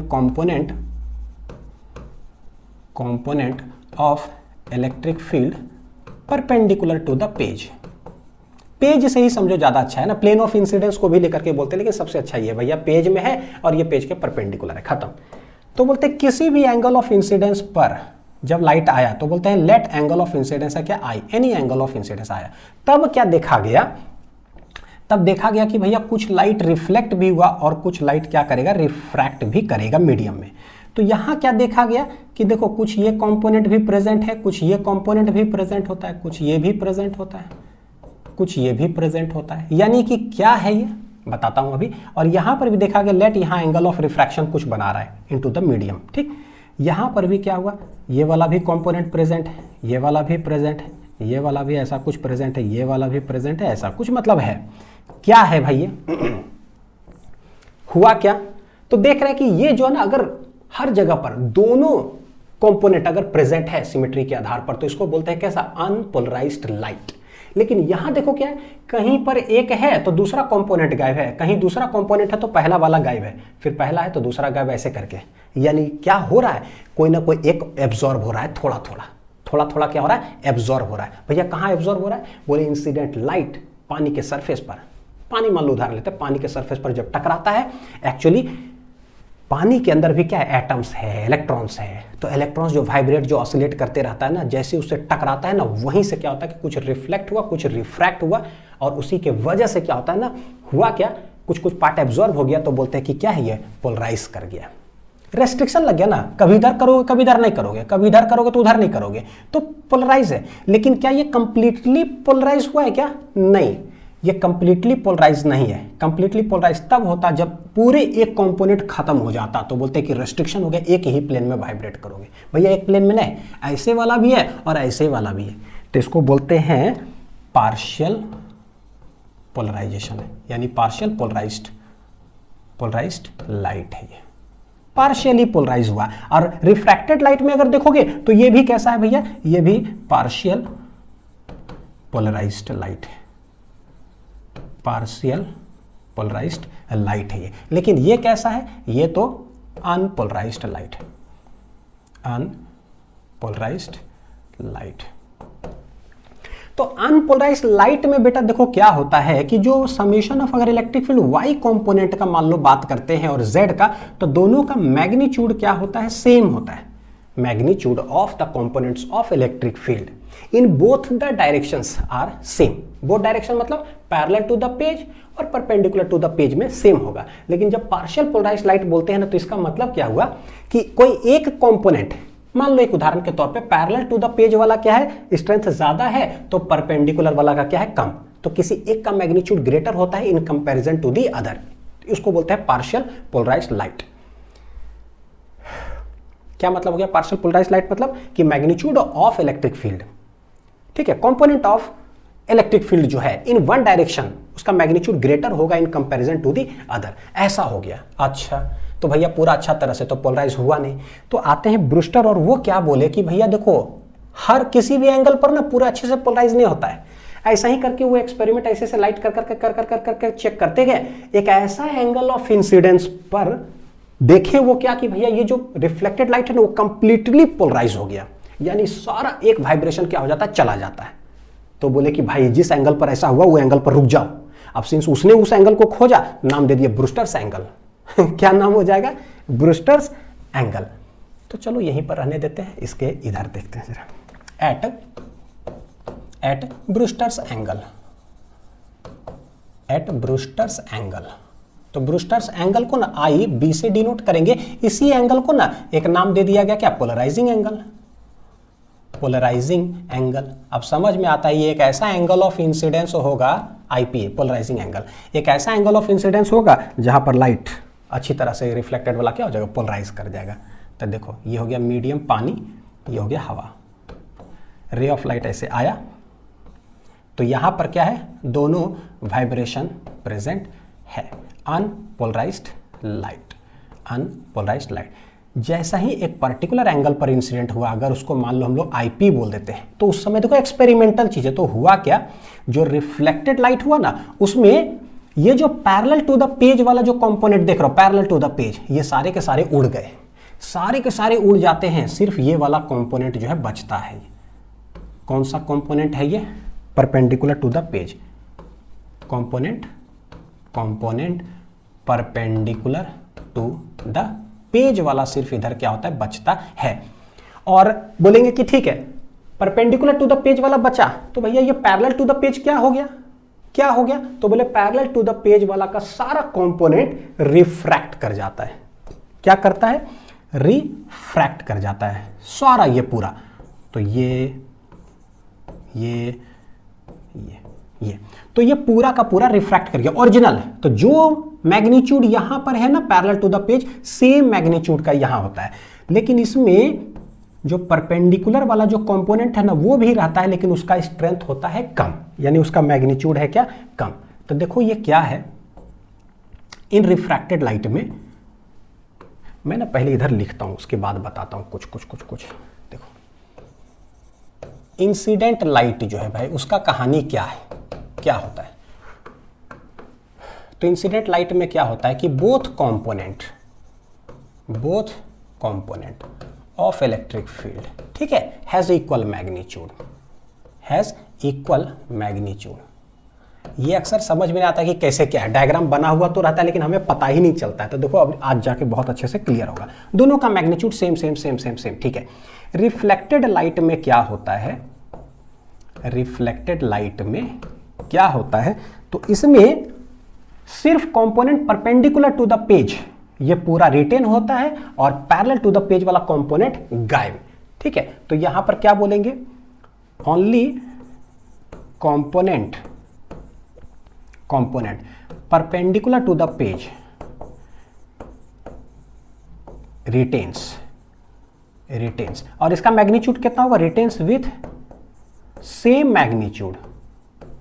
कितना मैग्नीट्यूड होता है, same magnitude as original light, as original light. और ओरिजिनल लाइट का मतलब क्या, यहां है, यहां। जैसे कि अगर उदाहरण के तौर पर मान लो बेटा ना, समझने के लिए बता तो मान लो इसका अगर ई नॉट है और इसका भी ई नॉट है, किसका, इसका है ना, परपेंडिकुलर और इसका, दोनों का मैग्नीट्यूड ई नॉट है, तो बोले यहां पर इसका मैग्नीट्यूड कितना हो जाएगा, ई नॉट। तो बोले परपेंडिकुलर का सेम मैग्नीट्यूड हो जाता है जो पहले ओरिजिनल लाइट का था। बाद में क्या, सॉरी, रिफ्रैक्टेड लाइट का क्या होता है, तो बोले रिफ्रैक्टेड लाइट का जो पैरेलल वाला कंपोनेंट है उसका मैग्नीट्यूड होता है सेम एज ओरिजिनल लाइट। लेकिन इसकी बात करेंगे ना तो इलेक्ट्रिक फील्ड का जो मैग्नीट्यूड होगा ना लेस देन ई नॉट होता है। बस ये मैथमेटिकल ठीक है, ये ज्यादा बढ़िया है ना। तो in refracted light parallel to the page component has the same magnitude as the original, but perpendicular to the page component has magnitude less than the क्या है, ओरिजिनल। इसका मतलब क्या हुआ, इसको अगर दोनों सेम मैग्नीट्यूड होता है तो हम लोग बोलते हैं अनपोलराइज्ड लाइट। क्या बोल देते हैं, अनपोलराइज्ड लाइट। तो सोचो कि ये डायग्राम और ये डायग्राम में कोई अंतर नहीं है, दोनों देखने में ठीक लगेगा, लेकिन ये अनपोलराइज है, ये वाला क्या है, पोलराइज हो चुका है। क्योंकि परपेंडिकुलर वाला कंपोनेंट क्या है ना, थोड़ा सा उसका मैग्नीट्यूड क्या है, कम। तो कम है तो भैया इसका मतलब क्या है, रेस्ट्रिक्शन हो गया कि भाई उतना आजादी से, जितना आजादी से यहाँ चल रहे थे नाच नाच करके, यहाँ एक तरफ नहीं चल सकते हो, मतलब पोलराइज कर गया। तो ये होता है कैसा, पार्शियल पोलराइज हुआ है, पार्शियल पोलराइज्ड लाइट है ये। और ये क्या है, तो बोलिए कंप्लीटली पोलराइज्ड लाइट है। क्या बोलोगे इसको, कंप्लीटली पोलराइज्ड लाइट ऑब्टेन होता है, ठीक है। बढ़िया से एकदम क्लियर कट समझ में आ रहा है क्या, हर डायग्राम का हर मीनिंग क्लियर होना चाहिए, है ना। कोई ऊपरी ऊपरी पढ़ाई नहीं कि कुछ लिख दिया भाई, आईपी है ना, फॉर्मूला लिखना बहुत आसान है, वो तो ऐसे लिख दोगे उसमें 1 मिनट 2 मिनट भी नहीं लगेगा, बोला 2 मिनट खत्म हो गया। अब देखो एक और एक्सपेरिमेंट में वो क्या देखे, यही एक्सपेरिमेंट में कि जब एक पर्टिकुलर एंगल, जिसको कि पोलराइजिंग एंगल या ब्रूस्टर एंगल, उस समय क्या हुआ, रिफ्लेक्टेड लाइट कंप्लीटली पोलराइज हो जाता है, ठीक। उस समय ये रिफ्लेक्टेड लाइट और रिफ्रैक्टेड लाइट के बीच का जो एंगल देखा गया वो कितना देखा गया, 90 डिग्री। तो ये बहुत इंपॉर्टेंट है। जब भी कभी सवाल में अगर बोल देना कि the reflected light and the refracted light are perpendicular to each other, तो समझ लेना कि ब्रूस्टर्स एंगल पर वो लाइट इंसिडेंट हुआ है, ब्रूस्टर्स लॉ है। चलो अब इसमें देखते हैं। मान लो कि ये है कितना, एंगल ऑफ रिफ्रैक्शन है आर, ये अगर आईपी होगा तो ये कितना होगा, तो बोले भाई लॉ ऑफ रिफ्लेक्शन हो रहा है, तो लॉ ऑफ रिफ्लेक्शन क्या, angle of incidence equal to angle of reflection, तो ये दोनों तो सेम ही होगा। तो अगर ये देखें ये स्ट्रेट लाइन है, तो ये एंगल प्लस ये एंगल प्लस ये एंगल, ये तीनों मिला करके कितना एंगल होगा, 180 डिग्री। कितना होगा, 180 डिग्री, ठीक है। तो हम लोग लिखते हैं IP plus 90 plus R equal to कितना, 180 डिग्री। और रे ऑफ लाइट जा किधर से रहा है, तो बोले कि एयर से जा रहा है किसी मीडियम में। किधर से किधर जा रहा है, एयर से किसी मीडियम में। तो लेट इसका रिफ्रैक्टिव इंडेक्स μ1 बोलते हैं, इसका μ2 बोलते हैं इन जनरल। तो कैसे लिखेंगे, तो चलो एक लॉ बन करके यहां पर मेरे पास आएगा। तो फ्रॉम डायग्राम देखो जरा कि क्या हम कह सकते हैं फ्रॉम डायग्राम कि IP प्लस 90 प्लस आर सब मिलकर के कितना डिग्री होगा, 180 डिग्री। तो यहां से IP plus R equal to 180 minus 90, answer कितना आएगा, 90 डिग्री, है ना।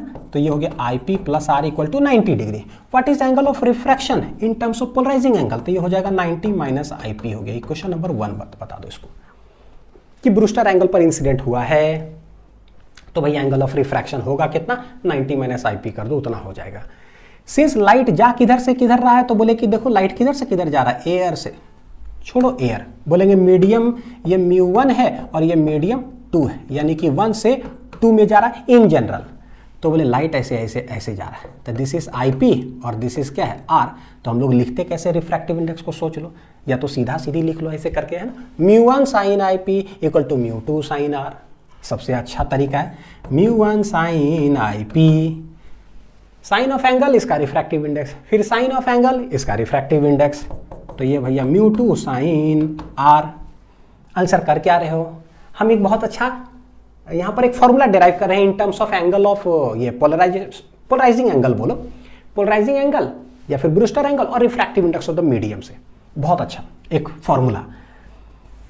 तो ये क्या हो जाएगा देखो, तो ये μ1 sin IP equal to μ2 sin R। R को हम लोग क्या लिख सकते हैं, तो भैया 90 माइनस IP लिख सकते हैं, और हम लोग जानते हैं साइन 90 माइनस थीटा होता क्या है, कॉस थीटा, यानी this becomes μ2 cos IP μ1 sin IP।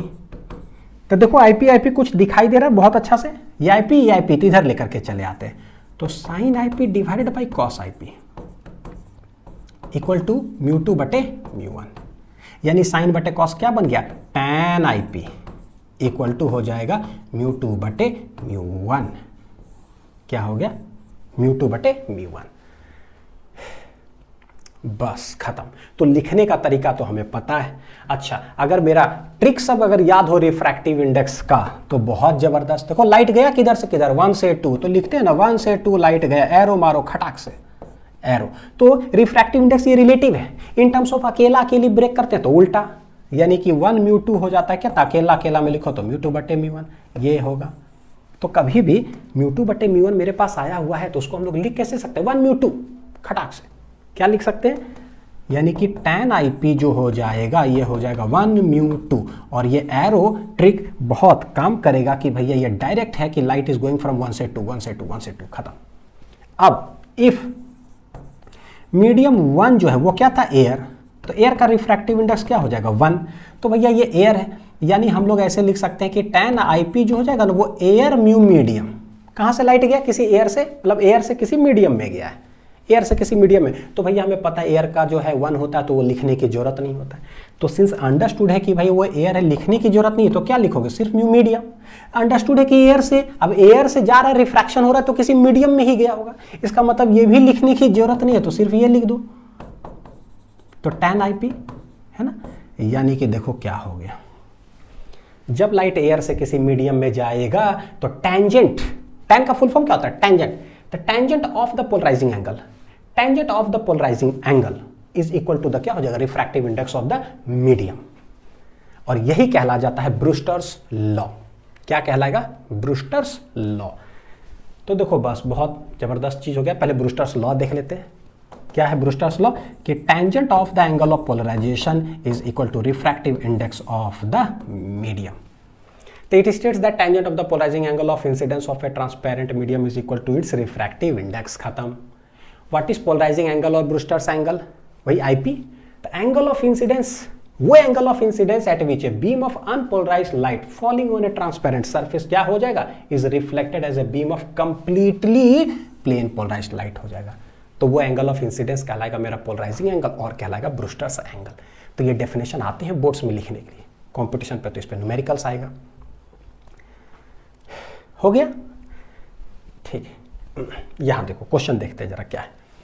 The refractive index of water is इतना, कोई बात नहीं, रिफ्रैक्टिव इंडेक्स ऑफ वाटर है 4/3 and that of glass is 3/2, glass है 3/2। देखना ट्रिक कितना अच्छा से काम करेगा। हाँ, ए बीम ऑफ लाइट एंटर्स, कहाँ बोला, ग्लास फ्रॉम वाटर, यानी बोल दिया कि भैया पानी से ग्लास में जा रहा है। देखो enters glass from water, water से लाइट किधर, इधर एंटर कर रहा है। कुछ 1 2 2 1 रटाने के लिए तो लोग रटाते हैं tan IP इक्वल टू μ2 बटे μ1। अच्छा ठीक है, रट के गए μ2 बटे μ1। अब भैया बोल दिया वाटर से ग्लास, कंफ्यूजन हो गया कि मैं वाटर ऊपर लिखूं कि ग्लास नीचे लिखूं कि ग्लास ऊपर कि वाटर नीचे लिखूं। 1 2 तो रट के गए थे, तो रटंती विद्या बेटा फेल कर जाता है। जड़ मजबूत रखो कॉन्सेप्ट का, जो कि ट्रिक का काम है एक्चुअली। कैसे देखो बताता हूं, अभी बताता हूं। क्या बोला आगे, for what angle of incidence the reflected light be completely polarized. कितना एंगल ऑफ इंसिडेंस पर, इसका मतलब वो भैया पोलराइजिंग एंगल होता है जब कंप्लीटली पोलराइज हो जाएगा। तो रिफ्रैक्टिव इंडेक्स दे के रखा है, एंगल ऑफ पोलराइजेशन हमें निकालना है, यानी पोलराइजिंग एंगल। हमें पता है क्या होता है, tan IP जो होता है वो होता है क्या, ट्रिक कैसे है, 1 म्यू 2 ऐसे करके सिखाए थे। एरो बहुत इंपॉर्टेंट है कि गया किधर से किधर था, 1 से 2 में, यहाँ किधर से किधर गया, पानी से ग्लास में, तो लिख दो भैया पानी से चल गया ग्लास में, खत्म हो गया, कोई टेंशन ही नहीं भैया कौन ऊपर नीचे। अब हमें पता है कि रिलेटिव जब होता है इट्स ब्रेक्ड इनटू, तो अकेला अकेली, देन उल्टा, उल्टा का मतलब ग्लास, देखो वाटर है तो ग्लास, ग्लास है तो वाटर। रिफ्रैक्टिव इंडेक्स का लेक्चर बेटा देख लेना, ये सब बहुत आसान लगेगा, जैसे मुझे आसान लग रहा है मैंने ट्रिक वाइज सब शॉर्ट ट्रिक वाइज जो है ना आप लोग को याद करा भी दिया कि कैसे ये सब होता है ना। बस यूट्यूब में टाइप करना रिफ्रैक्टिव इंडेक्स फिजिक्स लिंक्स, है ना, वीडियो आ जाएगा। तो देखो क्या लिखेंगे, tan IP इक्वल टू हो जाएगा म्यू जी बटे म्यू, तो ग्लास का है कितना 3/2 और पानी का है 4/3, तो सबसे नीचे 3 चला जाएगा ऊपर, तो 3 3 9 और ये 4 दूनी कितना हो जाएगा 8, है ना। तो हेंस IP बराबर क्या आ जाएगा, तो बोलेंगे tan इनवर्स हो जाएगा 9/8। तो ये हो गया एंगल ऑफ पोलराइजेशन, कहाँ है 9/8। तो देखो कंफ्यूज करने के लिए 8/9 भी देता है, बाई चांस थोड़ा मोड़ा गलती अगर हुआ तो भैया वो भी प्रेजेंट रहेगा ऑप्शन में, ठीक है। तो आई होप कि बहुत अच्छे से समझ में आ गया होगा। एक बार जड़ मजबूत करना होता है, उसके बाद न्यूमेरिकल्स वगैरह तो बहुत आसान होता है। तो जो जो क्वेश्चन करवाता हूँ लेक्चर के अंदर उसको बहुत अच्छे से प्रैक्टिस करो बढ़िया से, ताकि जो है ना फिर कितना भी क्वेश्चन आसानी से सॉल्व कर सकते हो, ठीक। तो यहाँ पर वेव ऑप्टिक्स होता है खत्म, इसके बाद हम लोग मिलेंगे मॉडर्न फिजिक्स में। चलो थैंक यू, अच्छे से पढ़ाई करते रहो।